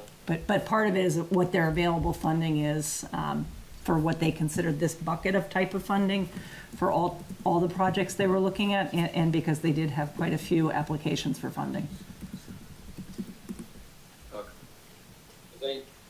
I'm in agreement, and I think we all understand our challenges with capital projects, our overall debt situation, and how it's impacting our taxes, and something we have been watching and talking about for quite a few years now, and we have to act to restrain that or manage that. And most of the investments are very much necessary, but we're at a point where we absolutely have to have, or I'd say, control over how our taxes goes. But that said, I thought CPC would be a viable and very relevant option for this. I heard some of it. Sorry again, the audio and all that combined out of the processes, and would probably follow up on offsite discussions, but offline discussions. But generally, I think we have a healthy CPC fund, and we have done similar projects with CPC in the past, and we of course depend on our wonderful volunteers there for making the proper decisions and evaluation of the kinds. But that said, I believe we had a dog park a couple of years ago where we also spent a few $1 million, and this is our most vulnerable students, and would definitely have a great impact on their lives, their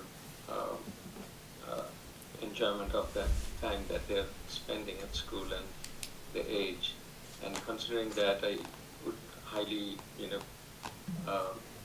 recommend and look for opportunities to work together, how we can avail some of these options through CPC. And as Brian mentioned, if it's a location issue, I don't know a whole lot about, what are the constraints there, or is it some other way we can reconcile that? I would strongly recommend that we try to get these together and get the bright minds together to solve it. Thank you. We want to go over to Mike for appropriations. Can I just add to that? Yep. That Go ahead. I do believe that the adaptive playground is the perfect kind of need that is for CPC. It's a perfect match. And I really don't think we should have to add $1 million on the our other funding source to pay for this. That I think something before we approve this in terms of having to go to town meeting, I really think there should be some agreement, whether we put it off for a year or whatever, but there should be a plan where there's a compromise that we can get full funding for this. That is definitely my opinion on this type of project. It is something the town, is nice for the town, but that's what CPC funding is for. And this is the perfect type of project, and I'd be hesitant to move forward to have the town pay for it on top of it when there is that kind of funding. There should be that kind of funding allocated through CPC. There are actually 45 towns in Massachusetts that used CPC funding for adaptive playgrounds, most on school property. So I agree. Just to follow on to what Mike was saying, could you, I don't really trust my memory, but there was, you guys requested this last year and. And the year before. The year before. And CPC asked that this committee be formed to study where the best location in town would be. That was done. It came back to the original location that you had proposed. But as I understand it, they don't want to fully fund it. And my question is, how much in the lapse of that time, how much has the cost of the project increased from where you started to where we are now? And what, I mean, it's hard to see into the future, but would inform a little bit what a future delay might cost further. Well, it's difficult to really delineate that. So 3 years ago, when we went to the CPC, we went for $1 million for the playground. And that was denied. The second time we went back, they gave us $100,000 for design and engineering. With that money, we were able to come up with an actual schematic design. So what that $1 million would have bought us 3 years ago is hard to say, because I couldn't pay for any schematic design without money. Okay, fair enough. Okay, thank you. So, sorry. Yeah, I just wanted to get some clarity in this. I remember when my kids were little, they're 9 now, I took them to like the marathon playground, and I was told to leave. They couldn't use it because there was some preschool or something in session. So I don't know what the clear guideline is. If we build this at the school on the school property, are we giving residents, the town resident, any clear guideline? You can use it, you cannot use it, whatever. Because right now, for all the playgrounds on the school property, all the people I know, they're hesitant to use it. They all go to EMC or other public playground. People are not that, because they're not clear. It's very. We need some clear guideline, like who this playground is for and the time and stuff, otherwise, I don't think it's a good image. Yeah, I mean, my children are little. I have 2 6-year-olds and a 9-year-old, and we've been going to EMC Playground on the weekends, and it is not only us, it is 50, 60 families that go back and forth between Marathon and EMC because there's a path with no vehicle traffic in between the two. So if school is not in session, the playgrounds are. There's your problem. Yeah. If school's not in session. Right, because That when is the school is in perception in session. town that she's speaking to, and that's why the CPC was barking. Because when school is in session, the children who need adapted playgrounds are in school. But But You that's want the only funding, you one- gotta that- figure that out. That's only one way of thinking, That's that's how not it's gonna how work. everybody else is thinking. But That's when what I'm the, saying. the children who need an adapted playground attend Special ed school services at for Merrimack. special ed services. You So the wouldn't- children that's You for, wouldn't necessarily know that, right? What if there's some other occasions, other, kids or, family visiting, they have a kid that has a need, they need to take them to there? What if there's other situations? sure, versus having none. So, and I think you raise a good point, both of you, about wanting to make sure that there's clarity in terms of when playgrounds are opened in general, so that's something that could be accomplished in a number of different ways and should be considered as part of the project. Thank you. I think we could get this solved if we get information out to the community about how and when a new playground could be used by the broader community, who, by the way, is paying for it through their CPC taxes. Like, I give you money, no, you can't do anything, but give me the money, right? That's not a good sell. So we gotta figure this one out. I think we can solve that problem. And I'd like to be able to figure out how to do it now and not put it off for a year, because I don't think that's fair to the kids. So if we can do it and sort it out, but it's a rub in town. We all know that. We've had this for other things, soccer fields and tracks, and I get why we can't do certain things now, but little kids on a playground, we should be able to figure that out.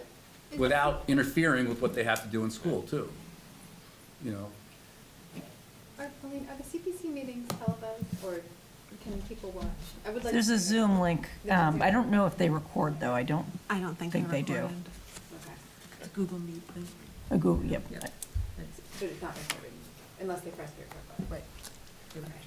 Which I would like to hear the reasoning. My understanding a little bit to Mike's point was, I think the CPC gets a lot of requests for recreational funding, which is what the bucket this comes out of. So And- they may have depleted their funds for recreational. If I can just add to, that's exactly one of the points that came up, and I believe the figure that they had said they have for that bucket is $600,000 for this year. And this was not the only request. This was, right. Okay. But there's another bucket, right, that They've can be used for anything, Yeah, so. true. And they could also borrow that $1.2 million, and their money could pay the debt service on it. Correct. Right? So there's ways to do it where we don't deplete them for other projects, and we get a reasonable interest rate, and I know we're gonna bounce up against it someday, but we're not there yet. Our total debt, debt limit, we got some wiggle room there. And we gotta balance all that out, but I think for $1 million, we can do that and still keep a lot of other things going. It's just this notion and that, the taxpayers are asked for something, but they can't get anything in return. I know some can get some in return, but the community doesn't feel it's a return for them. So that's where the challenge is. And I think educating the community is a piece that Sure. has not, in part, obviously, we've not hit that point in the cycle to any year to date that we've been discussing this. But there are, hours that would be just the community. It wouldn't be reserved for school, that it's, school's in session for a part of the day. It's not, it's 180 days out of the year. And it's, obviously not in session over the weekend and on vacations and whatnot. One thing I'm just wondering, I'm sorry. Go ahead. One thing I was wondering, and I apologize if I'm interrupting anyone. The audio is terrible, and I fully appreciate, it can happen in technical systems. One thing I was wondering, would it make sense if this is our kind of first joint session? In one of the upcoming joint session, we could invite the CPC and have a elaborate understanding across and work together to find a resolution that works for everyone. Because I do feel that and I heard from many of the colleagues, if I heard correctly, that CPC is probably the most appropriate, but we apparently have to dot the I's and T's and understand each other and see where we can align things better. Just a thought. Can I ask one more question? And whoever was on the playground committee, was there any conversation about not locating the entire adaptive playground, obviously at EMC, but adding some pieces of adaptive equipment so that which is available all day, every day, has at least some better access for families while they don't have access to the one when the kids are in school. Susan, you were the representative for the school committee. Was that discussed? No, I don't think we thought about that, did we, Susan? So there's a lot that would have to change to the EMC playground to make it fully adaptive. For one thing, the surfacing would have to switch over to the pour-in-place. And the pour-in-place rubber is one of the very expensive pieces to a playground, but that is step one of making any playground truly accessible. And I do think that EMC may have just added pieces of equipment through Park and Rec. So I'm not sure. I do think that I recently saw state grants for this kind of project. I'm not positive, but I will look for that and see if I can find it. I'm gonna put my engineering hat on. These costs end of life, have we gotten quotes or are these internal estimates from people in town?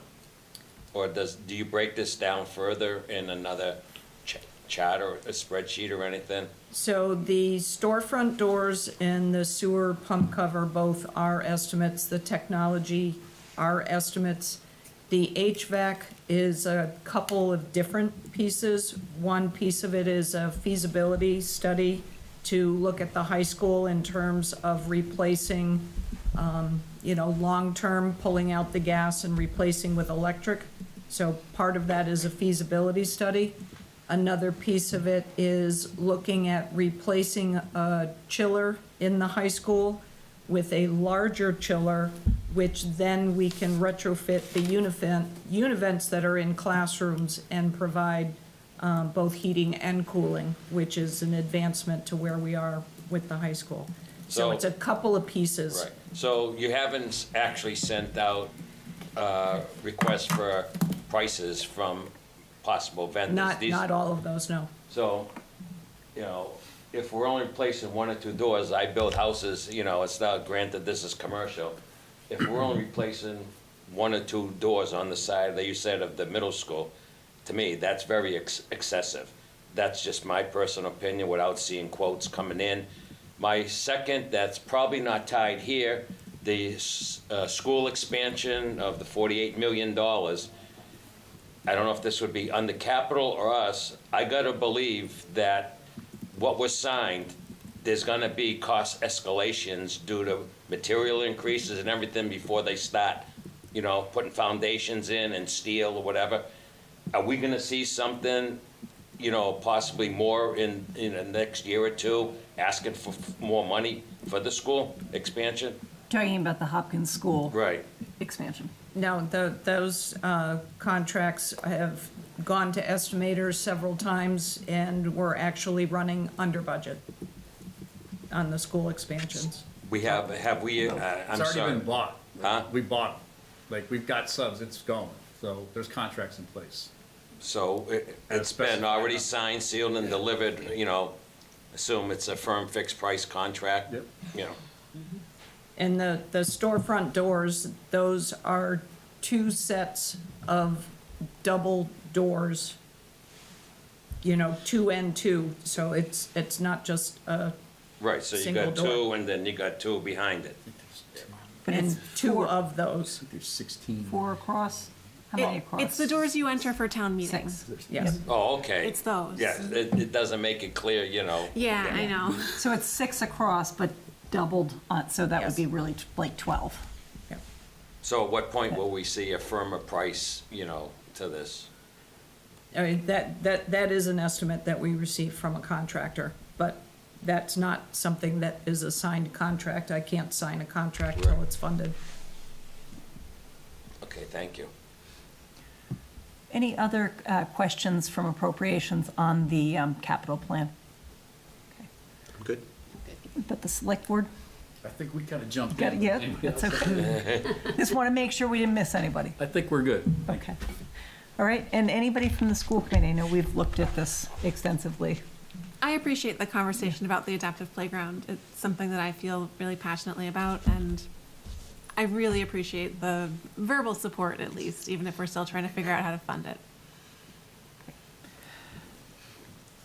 All right, then. I think that's, brings to a close the things we had to discuss on this part of the joint meeting, unless you guys have anything else to add to that.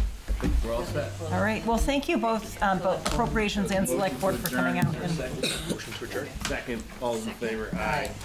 And it- As Brian had said earlier, this is still early in the process, and we've got quite a ways to go, and I know we've been down this road many times, from this point in December all the way to getting much closer to town meeting. Hopefully before May, we figure this out, but I'd like to be optimistic, but thank you. See you guys, thank you. Thanks for the cookie too, it was great. He wants you to take more. Take one on the way out. Take another, thank you. Yeah. Assessing, I said, oh, no. All right, so that, I'm going to circle back to our reports, which comes, starting with the financial report. Susan, if you want to, you probably. That it's available for everybody.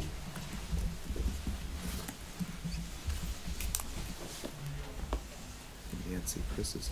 Yes, I did know, Chris, because the audio is not on, but thank you. So we can actually probably close that Zoom at this point. Oh, pros to You don't want to mess up the computer. What's that? You don't want to mess it up. We decided that Any problems, it was Mr. LeBron. Thank you. you're Yeah, thank making you. it hard tonight.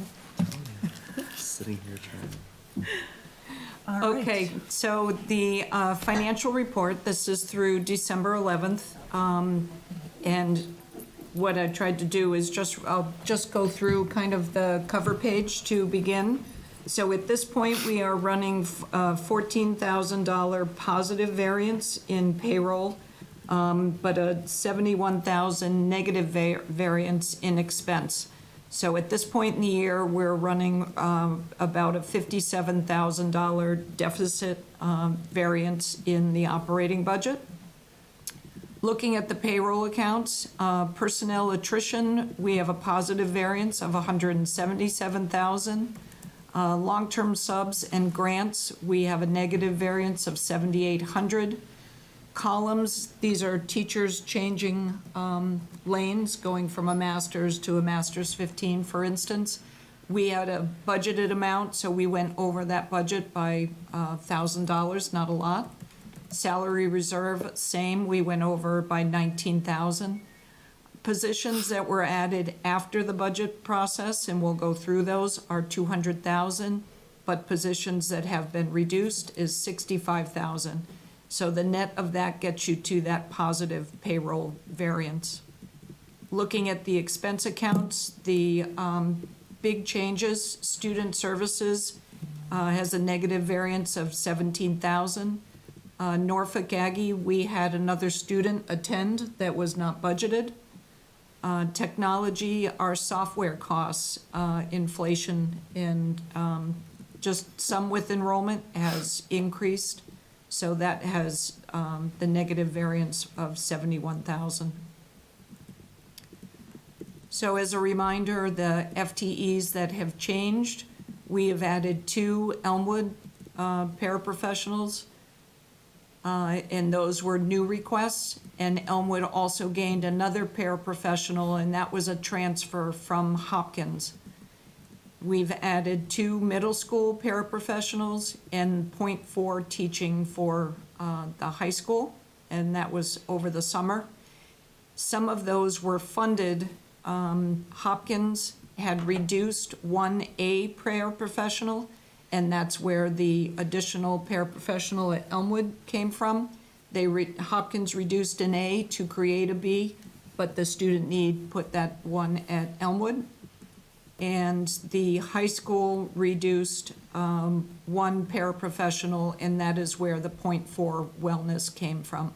And those were requests that you heard over the summer for some of those changes. Looking at the revolving and grants, you can see where our current balances are through all the various accounts, and you can see what the offset is for the budget. For instance, athletic, there's a $450,000 offset for this year, the bus fees, and you can see carrying down. We have adequate balances to be able to carry through on those offsets for this year.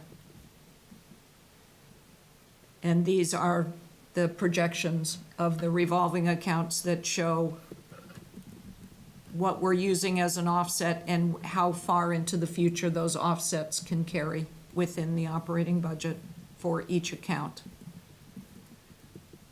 And then that gets into the detail for each account. So happy to answer any questions. Any questions? No. All right, thank you. You're welcome. Numbers. All right, so then that moves us into the superintendent's report.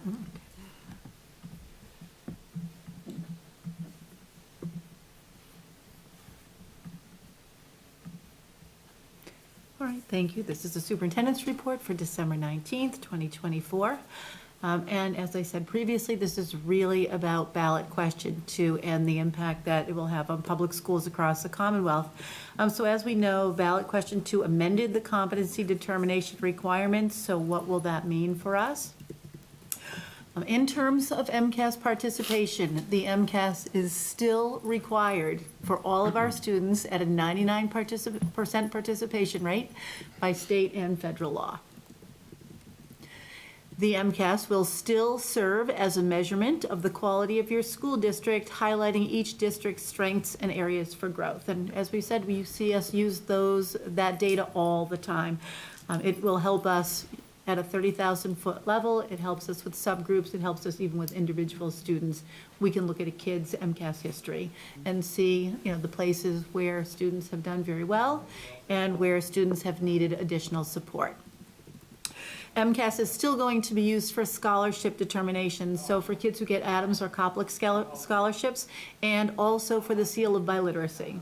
So if we have a student whose first language is not English and that student scores proficiently on the MCAS test, that would say that this kiddo is proficient in his native language and then proficient in English as well, qualifying that student for a seal of biliteracy.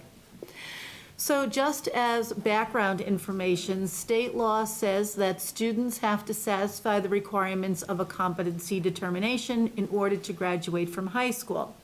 So what will that look like now? This is the state language, and you can see where it has been stricken, and you can see where other things have been written in.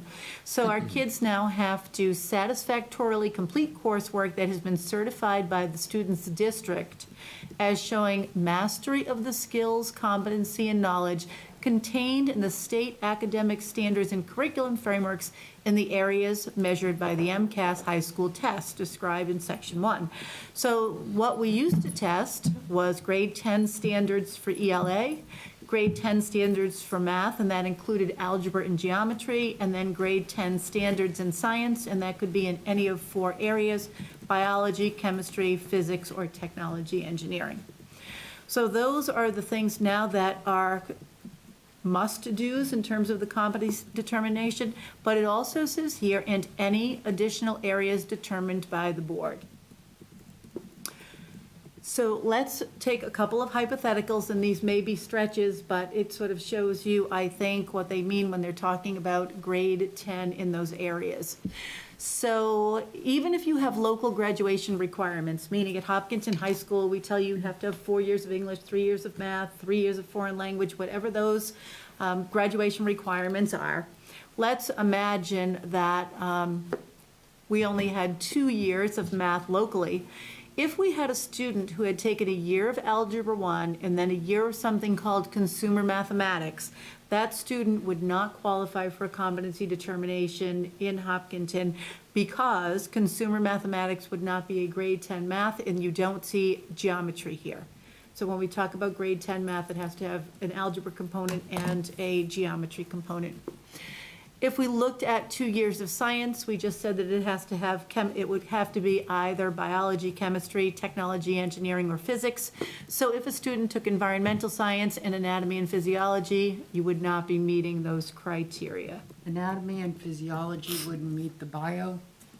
Well, in biology, they also have There's Oh, also like extra a. stuff, yeah. Yeah, like a zoology and a botany kind of component, so you'd be losing your botany component in that scenario right there. Okay. Because they're both life sciences? Like Well, in environmental anatomy, science would. you wouldn't have, Right, but environmental science, would not count under chemistry, biology, physics, or tech engineering. okay, because that wouldn't count towards Yeah. anything. Correct, yes. All right, so what the state is recommending is that we come up with a local competency determination and also local high school graduation requirements. Those two things would have to be in sync with each other, but obviously they are two different things. So, someone on our webinar the other day said, oh, will DESE give us model language for a local competency determination?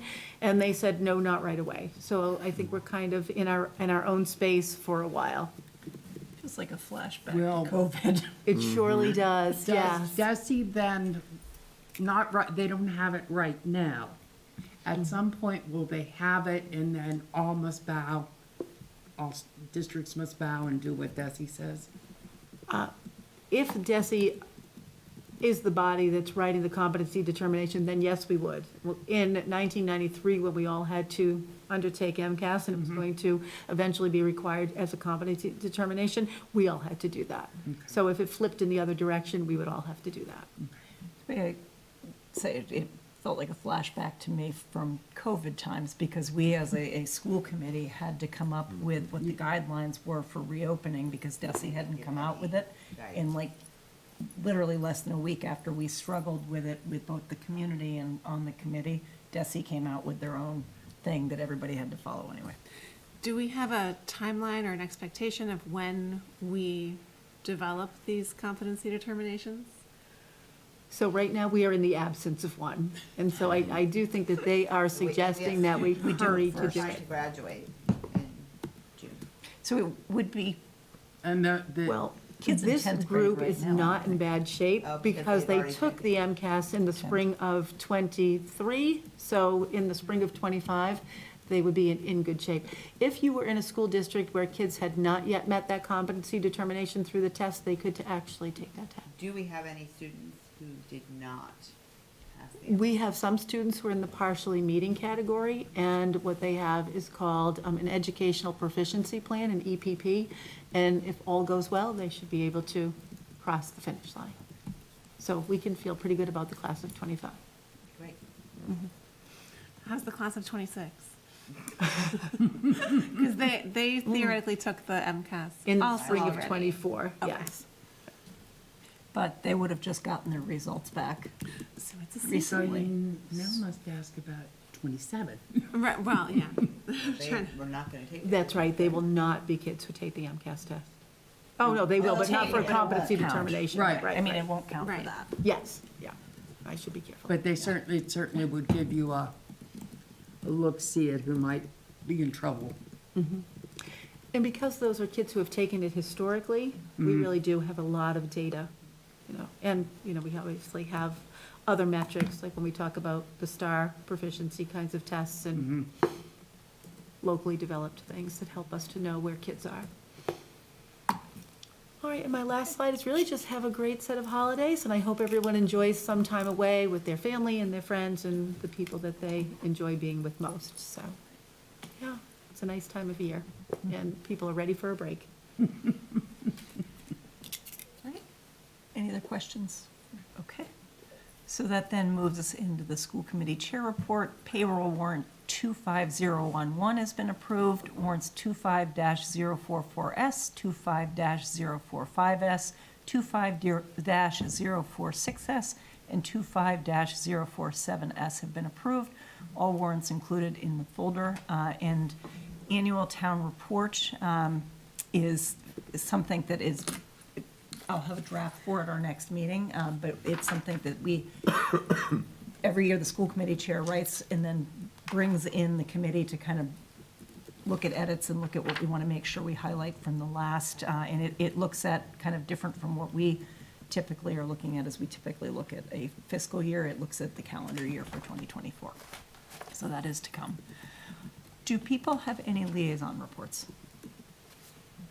The youth commission was not able to get a quorum, so we attempted That's a bummer. without success. I had mentioned earlier, the Sustainable Green Committee met, they had a question about bike racks at the schools. I have the information going for it, that all children who are able to ride bikes independently do have a place to put their bike when they. Insufficient numbers? That wasn't part of the question. Okay. I do believe that we have enough. The schools have not been coming back to us looking to purchase more because they were overflowing. Hopkins does get a lot of kids who ride bikes, though. They do. They are the winners, yeah. Well, Noticed It that makes doing sense. pickup and Yeah. drop-off.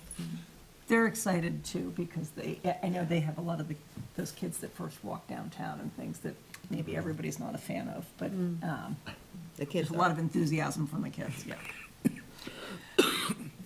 All right, so unless there are any other reports that you want to skip, anybody? No, I forgot the snowman social. Saturday. Saturday.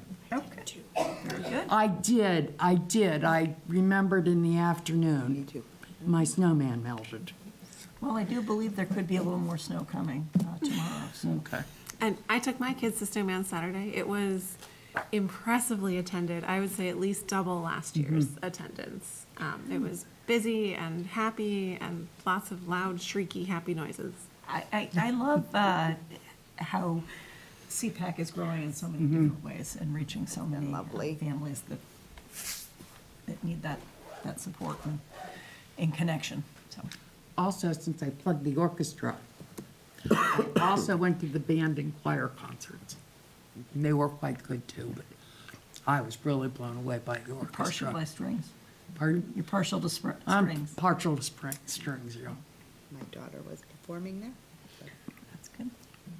The pizzicatos, wow. I was just blown away. All right, so let's go into new business and start with policy JIC, which is a first reading of student discipline. Dr. Kavanaugh. Okay, thank you. So policy JIC, as you can see at the end of that policy, when it gives you references to Mass General Law, you can see that it's 37H, 37H and a half, 37H and 3/4. So what you're seeing in this policy is really entirely kind of taken from the law on student discipline. Interestingly, Hopkinton used to have a policy JIC, and when we did our work on the Kirpan policy that talked about weapons in school, we eliminated our policy JIC. And we did because our former policy JIC only referenced the section on expulsion. And so you can see what that part references. It talks about drug use or a controlled substance in school. It talks about weapons, so possession of a dangerous weapon. And then it also talks about assault on a member of the educational staff.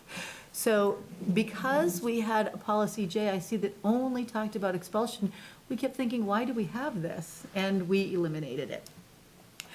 Well, we are now in the process of undergoing a DESE civil rights audit, and the Department of Elementary and Secondary Education said you really need to have a policy JIC student discipline. We know that it only sort of re-articulates everything that's written in Mass General Law, in particular the 37Hs, but you need to have one. And so we went to the MASC policy website, and what we've really done is just taken their model policy for this. I don't necessarily know that you're going to find much different in this policy than any other on this particular topic. So we do need to have a policy JIC according to DESE, and here is the model language. Okay. And thank you to the policy working group for meeting quickly. Appreciate it. Did this go out to the public at all? Today. Today. Yes. And how soon do we need to have this in place? I do think that we could wait till our first meeting in January if you'd like to have a couple of reads, and that's I perfect. would prefer that just because that's Sure. our past practice. And Does this count as a first reading? This is the first reading, so that it Okay. would give us an opportunity for a second reading on that. any feedback from the community or from any of the schools that wanted to be included. I assumed that it went through the principals of all the schools already to look at, or no?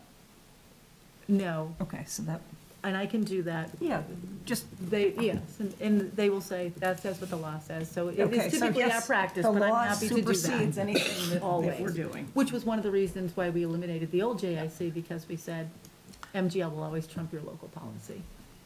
So, that's okay, it's all good. I appreciate that it has the questions and answers regarding children with disabilities and discipline procedures. It seems really important that all of our administrators and community are aware of those things.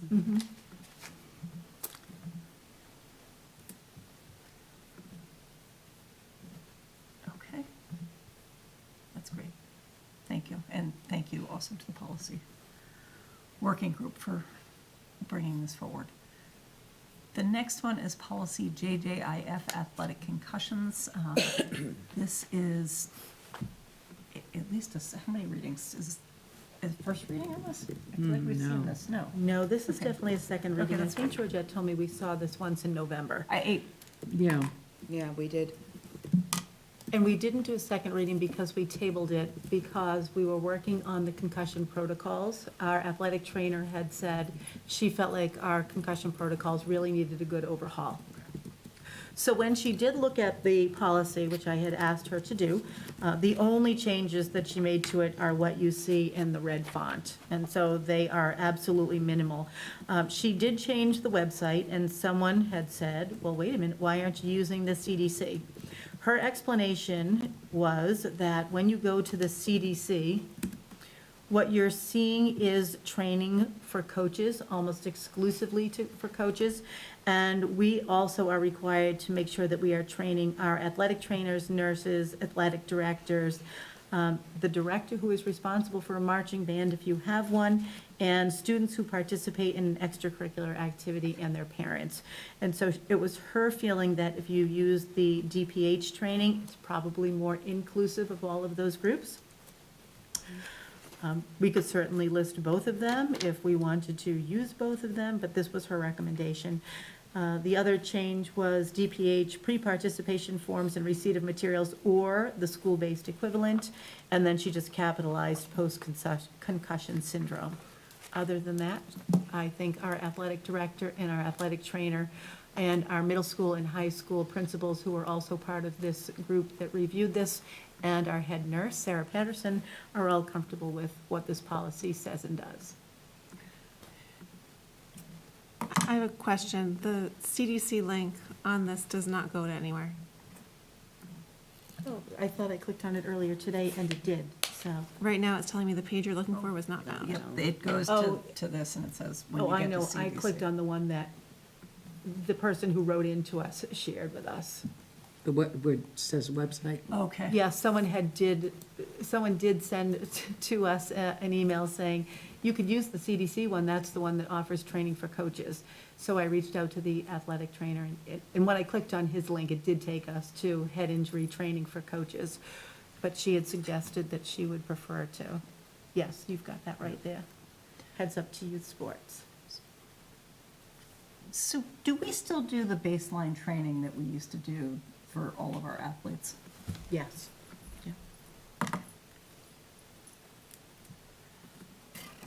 I think it looks good. I think so too. Seems like we should fix the link, but. Well, yes, the link should be fixed, would be my agreement on that. Beyond the link, people have any thoughts Oh, on? you know what, I think we did fix the link, so I don't know, I can see on yours that you don't have that little colored website there. If you clicked on, From the agenda. No, but when I go into here, right, But- I have a link right there that says website, and when you click on my link, you get to the appropriate place. okay, so, because you see when I go here, it says that. Yes, mine is not to the Okay. CDC, mine is to the DPH. So we don't Okay, have it the says Center correct for version? Disease Control on there. Do we not have the right version attached to our agenda? Oh, I see, the Yes. DPH has found on its, Right, the CDC would be crossed out on your agenda, and there would be a link under website, okay.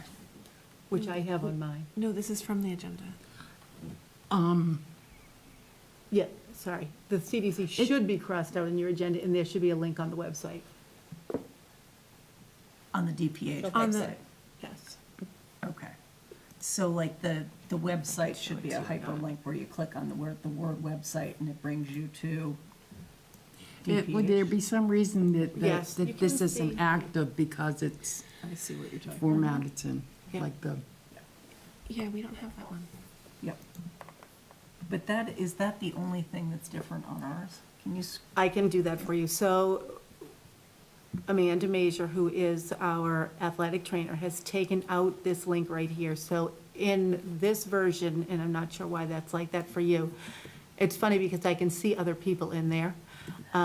If that is stricken, and this website would take you to concussiontrainingsmass.gov. And this is for school staff and healthcare professionals, which is why she prefers that one. And then she added school-based equivalents and capitalized post-concussion syndrome. Those are the only changes in there.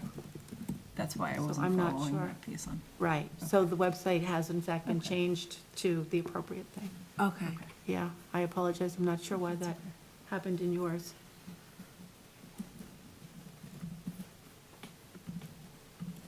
All right, so I'm recognizing it is only a second reading, but it seems pretty solid the way it is to me. I don't know if people feel comfortable moving it forward or want a third reading on it. I don't feel like I need to read it again. I No. appreciate seeing the. Yep. All right, so does somebody want to make a motion relative to that? I move we accept the Hopkinton School Committee policy on athletic concussions. Motion by Susan. Is there a second? I'll second. Second by Kyla, and because we no longer have any remote participants, we can just do a regular vote. So all those in favor? Aye. And it is unanimous and passes. Thank you very much for bringing that forward. The old business item A is the superintendent search. You should have all received a copy of the signed contract with NASDAQ. And so you have the ability, obviously, to read it. I just wanted to share a couple of pieces, just partly from our discussion last week, or 2 weeks ago, I guess it was. But the first was that it does include up to six focus groups.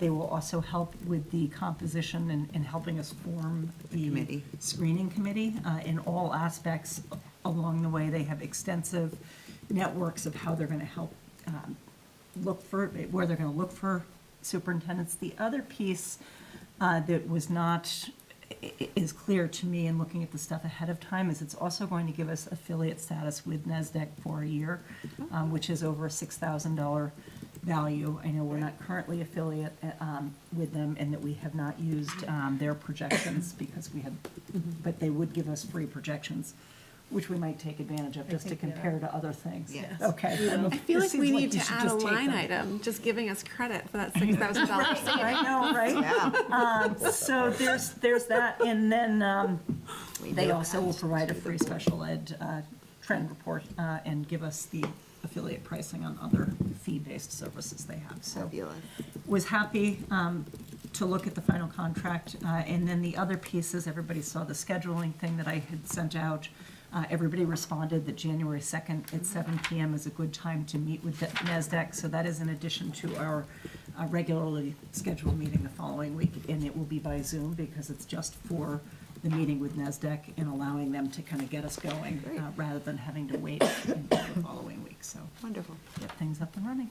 So I feel very good about having them on board and that we're in a good place with them. So that's all I have for that. You want to go ahead with the school year calendar survey?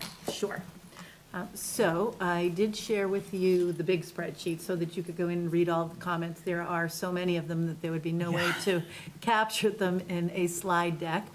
But I started by talking about the purpose of the calendar survey. We know that we have mandated holidays. There are 11 of them. They are Labor Day, Columbus Day, Indigenous Peoples' Day, one thing. Veterans Day, Thanksgiving, Christmas Day, New Year's Day, Martin Luther King Jr. Day, Washington's birthday or President's Day, Patriots Day, Memorial Day, Juneteenth, Independence Day. So those are the ones that that are non-negotiable.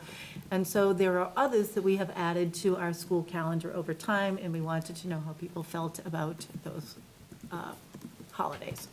So our first question was, please indicate your affiliation with the Hopkinton Public Schools. We had 1,328 responses, 972 of them, according to this data, were parents, 227 were faculty, staff, administrator, 100, I'm a current Hopkinton Public Schools student, and then 29 were people who either live in town, don't have kids attending, or don't have kids attending right now.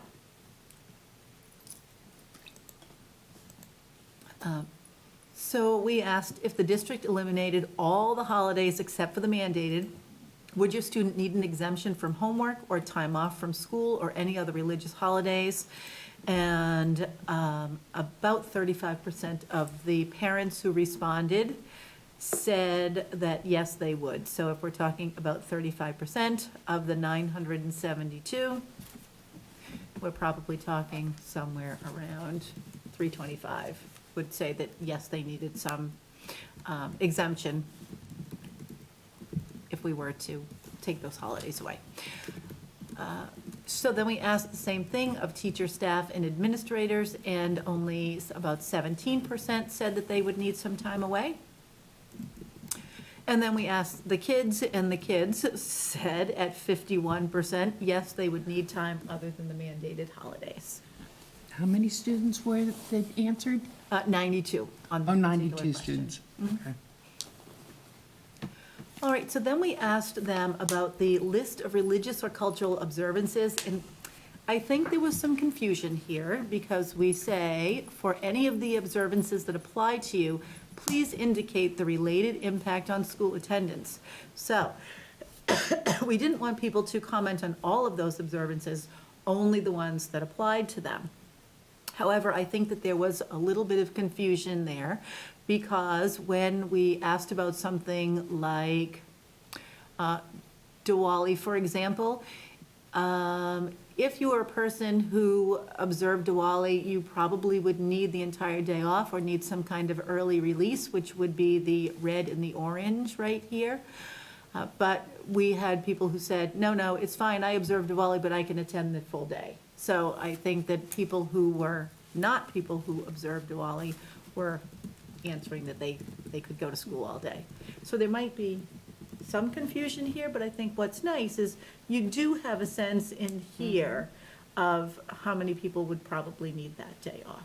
Well, in the numbers, if you add up the number of people who would be celebrating all of those holidays up there, it seemed not to be one compatible with another necessarily, or not all compatible with each other, and that would be more people than what responded to the survey if you included all the below. Yes.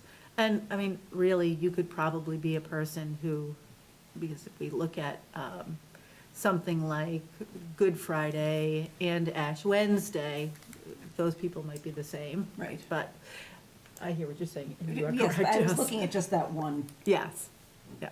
So these are all still the ones that are parent ones. And then we can move into teachers. And so you can see that the teachers have, places where they say, yeah, I observed that, but I wouldn't need the time off. So in the teaching staff, there was only, a very small, this might be number two people who said they would need the full day off for Ash Wednesday, a few more for Diwali. Good Friday, we had a little bit of a mix right here, and one of the things that if we think about the available for a half day or need the full day off, when we take a look at that, some of the people say, I observe Good Friday, but I can still come to school, I'd need a half a day, I need a full day. Rosh Hashanah and Yom Kippur. A lot more. Yeah, we've got the same sort of thing going on here with our faculty and staff. And then when we got to students, you can see that some kids feel like for something like Diwali, they would need the entire day, or need an early release, would want a no homework day. Ash Wednesday, interestingly enough, our kids are really big on that, I guess. So, I don't really think our kids need the entire day off for Ash Wednesday. Well, they don't currently have it off, so. Correct.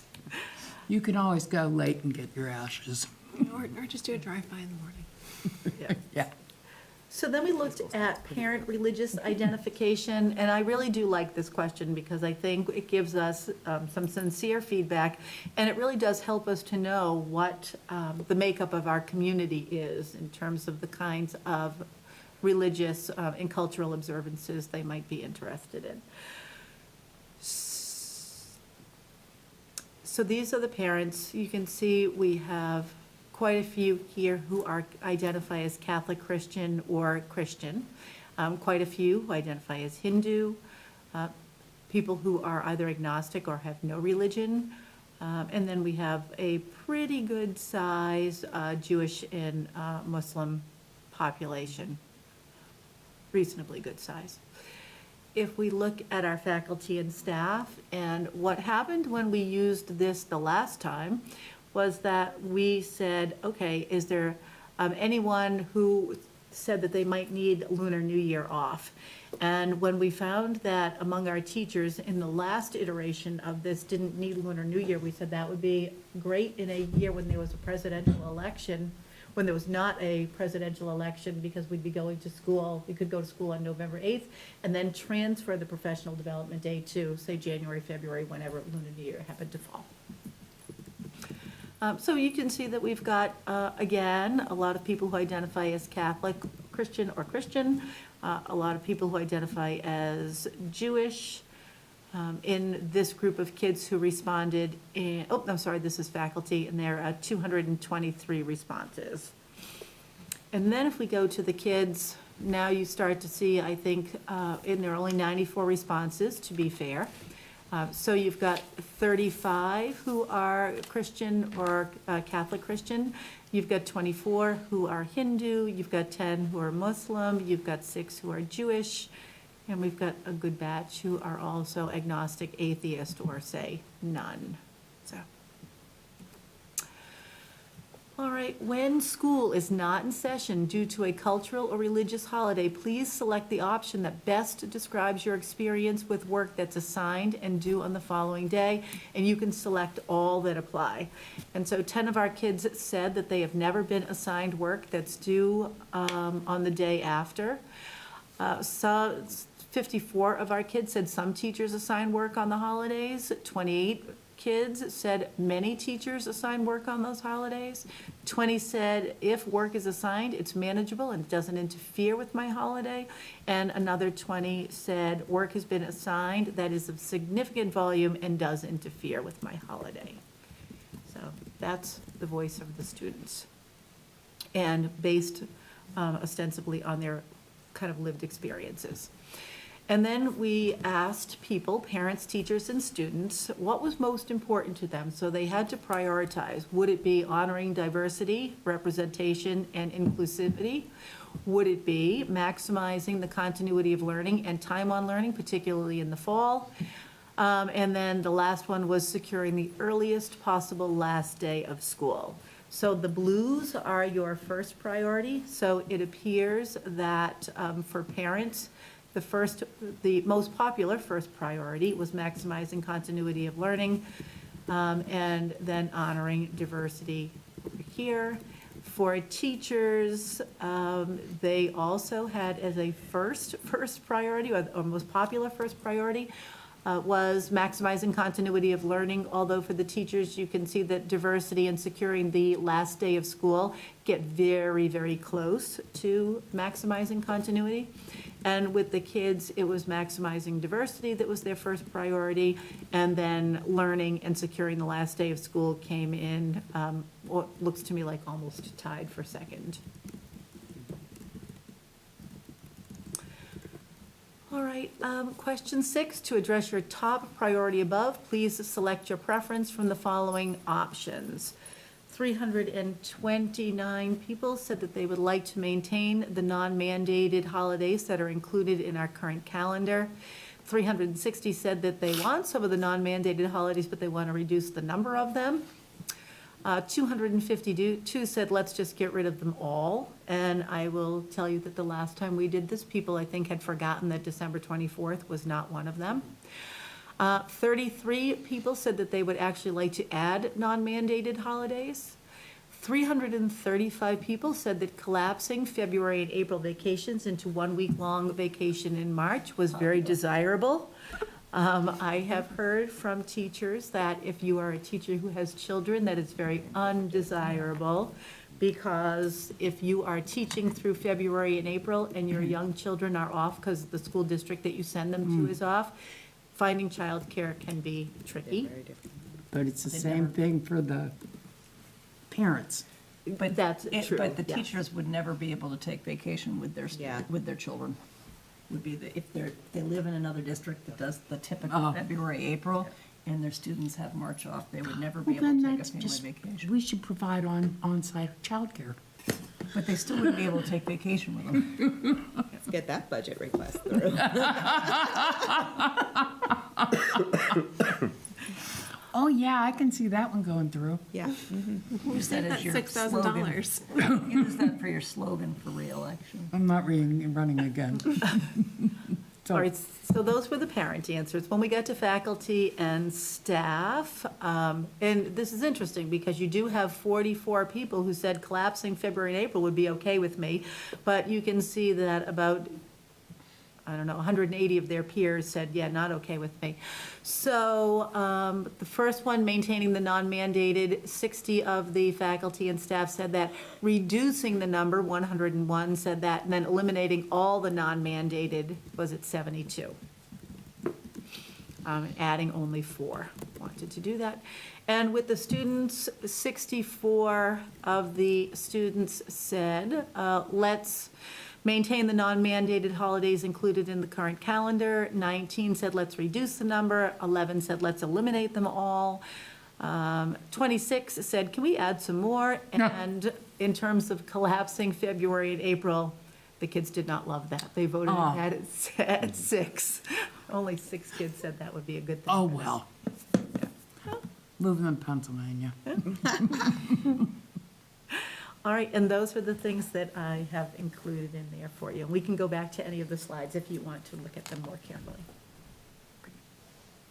So what came out to me in the survey is there was no overwhelming one way that came out. There was not like a ton of people that says, yes, get rid of the non-mandated holidays, and there wasn't a big group that says, I want to stay there. It seems about equal. I have more to say, but I'll let other That's people the rub. comment about that first. I think I agree with Kyla that Yeah, and I appreciated reading the comments from the spreadsheet, although challenging to scroll, but I appreciated the comments. And I think we had more than one email pointing out that if we were to reduce non-mandated holidays, choosing which ones we're reducing is actually very tenuous as it ends up targeting one group or another. Right. I agree with that sentiment entirely about the reducing, and I know that received among certain groups a fairly favorable option to be able to reduce the number of non-mandated holidays that we're recognizing, but I personally would not feel comfortable that, to me, it would be an all or nothing. That I either we agree eliminate entirely. all non-mandated, including Christmas Eve, which is not, which has been a traditional day off, and I don't know that everybody thinks of it that way because they think of Christmas sometimes as a federal holiday, but they lump Christmas Eve together with that. And I would not feel comfortable choosing between any of the group and trying to say that one is more important than the other. I know some of the holidays timing-wise, looking at I know like Rosh Hashanah and Yom Kippur, for example, observing those is difficult if kids are in school and they have to be pulled out because of the routines being established at the beginning of the year and missing things that their peers, that has been a thing that's been in the past, but I circle back to what you started with, Kyla, which is it doesn't feel like an overwhelming mandate coming out of this. It doesn't feel to me, I feel like in order, for me, I would want a deeper dive, and I said this up front, so this is a little bit of perhaps my own bias towards the calendar. I would want a deeper dive with a subcommittee that took more than just a survey before things were significantly altered, just because this is not a clear mandate to me. No, I also feel very strongly that our values for the Hopkinton Public Schools talk about everybody being seen and recognized. And, this all means all that we keep hearing from the superintendent. Then I feel like that should include our calendar as well. We only had like 1,000 parents respond, correct? Not even. Was Yeah, that 929. Yeah, not even quite. Ish. And Dr. Kavanaugh, what would you say the number of parents are in this district? So it was 972 that responded. It's hard to say because we have over 4,200 kids, but there could be siblings. Right. 3 kids could share 2 parents, right? So, Well, and some households probably had both, if there was more than one parent or guardian in the home, they may have had 2 respondents from one Right. house and 0 from others. But given 972 doesn't feel really representative of probably the number of parents in the district. Yes, with 4,200 kids, you could probably have 3,000 parents. easily. Exactly, and or more, because you have also would two have some families that would have parents that have shared custody, that Yeah. are living together, where there are also additional spouses, so that it would be potentially 4 parental so figures 1,000 people out of what could potentially be is not a good reason to change anything, I don't think. I also think that people who tend to answer these surveys are people that have something to say. That if Strong you one really way or the other, don't yeah. care, you don't go in and Yeah. answer the survey. But also, I think that's definitely true, but I also think that there's a fair amount of people that is important as all of our emails feel to us that are going out to people. There's a lot of emails right now. There are a lot of emails going out, and there may be people who weren't Right. aware of. Weren't aware, that's true. Because, again, I as grateful as I am to HCAM and to the, those that follow us outside of the meeting here, Yeah, there's it not a surprises me ton of when. awareness. Well, I think back to when we were talking about the Charles Wood School and bringing that before town meeting, and the number of people that kind of very close to when we were creeping up to a vote on that, even people that had young kids had no idea what was being discussed. Yeah. I still hear people that look at Hopkins and say, what are they doing? Well, I guess,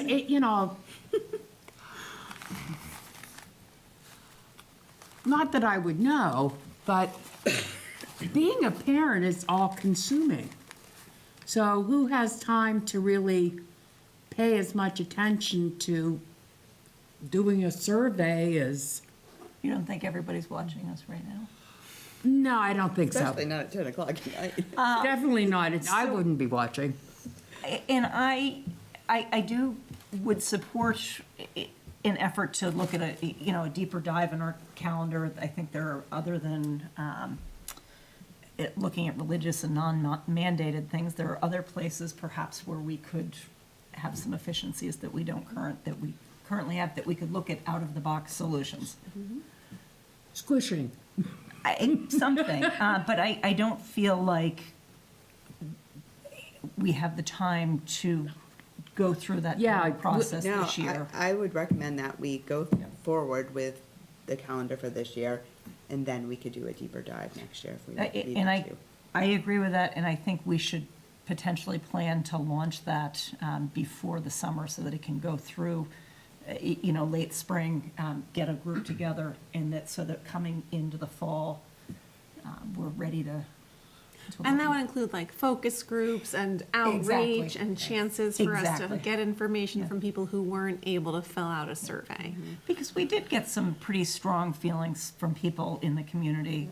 Via People who had- Via email, email, yeah. and I know lots of comments around, but it was a pretty even split, I would say, in terms of what we were hearing. But people who felt very strongly about it, and I think their voices are important to hear and Very. important to take into account out-of-the-box solutions.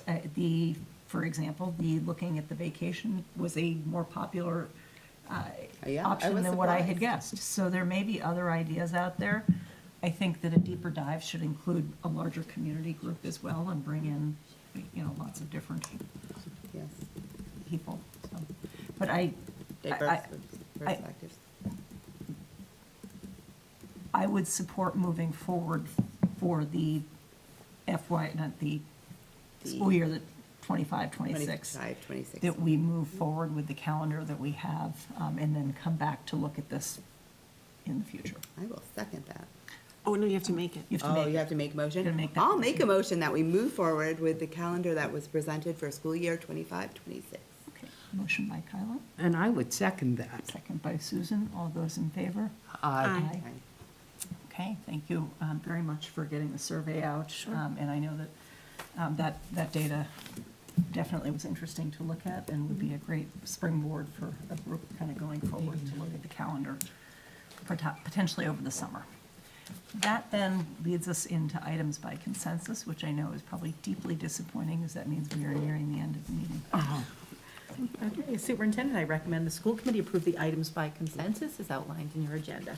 I move to approve the items by consensus. Second. Motion by Susan, a second by Jamie. All those in favor? Aye. Aye, and then I would seek a motion to adjourn. I move that we adjourn. I'll second that. Motion by Susan, a second Aye. by Kyla.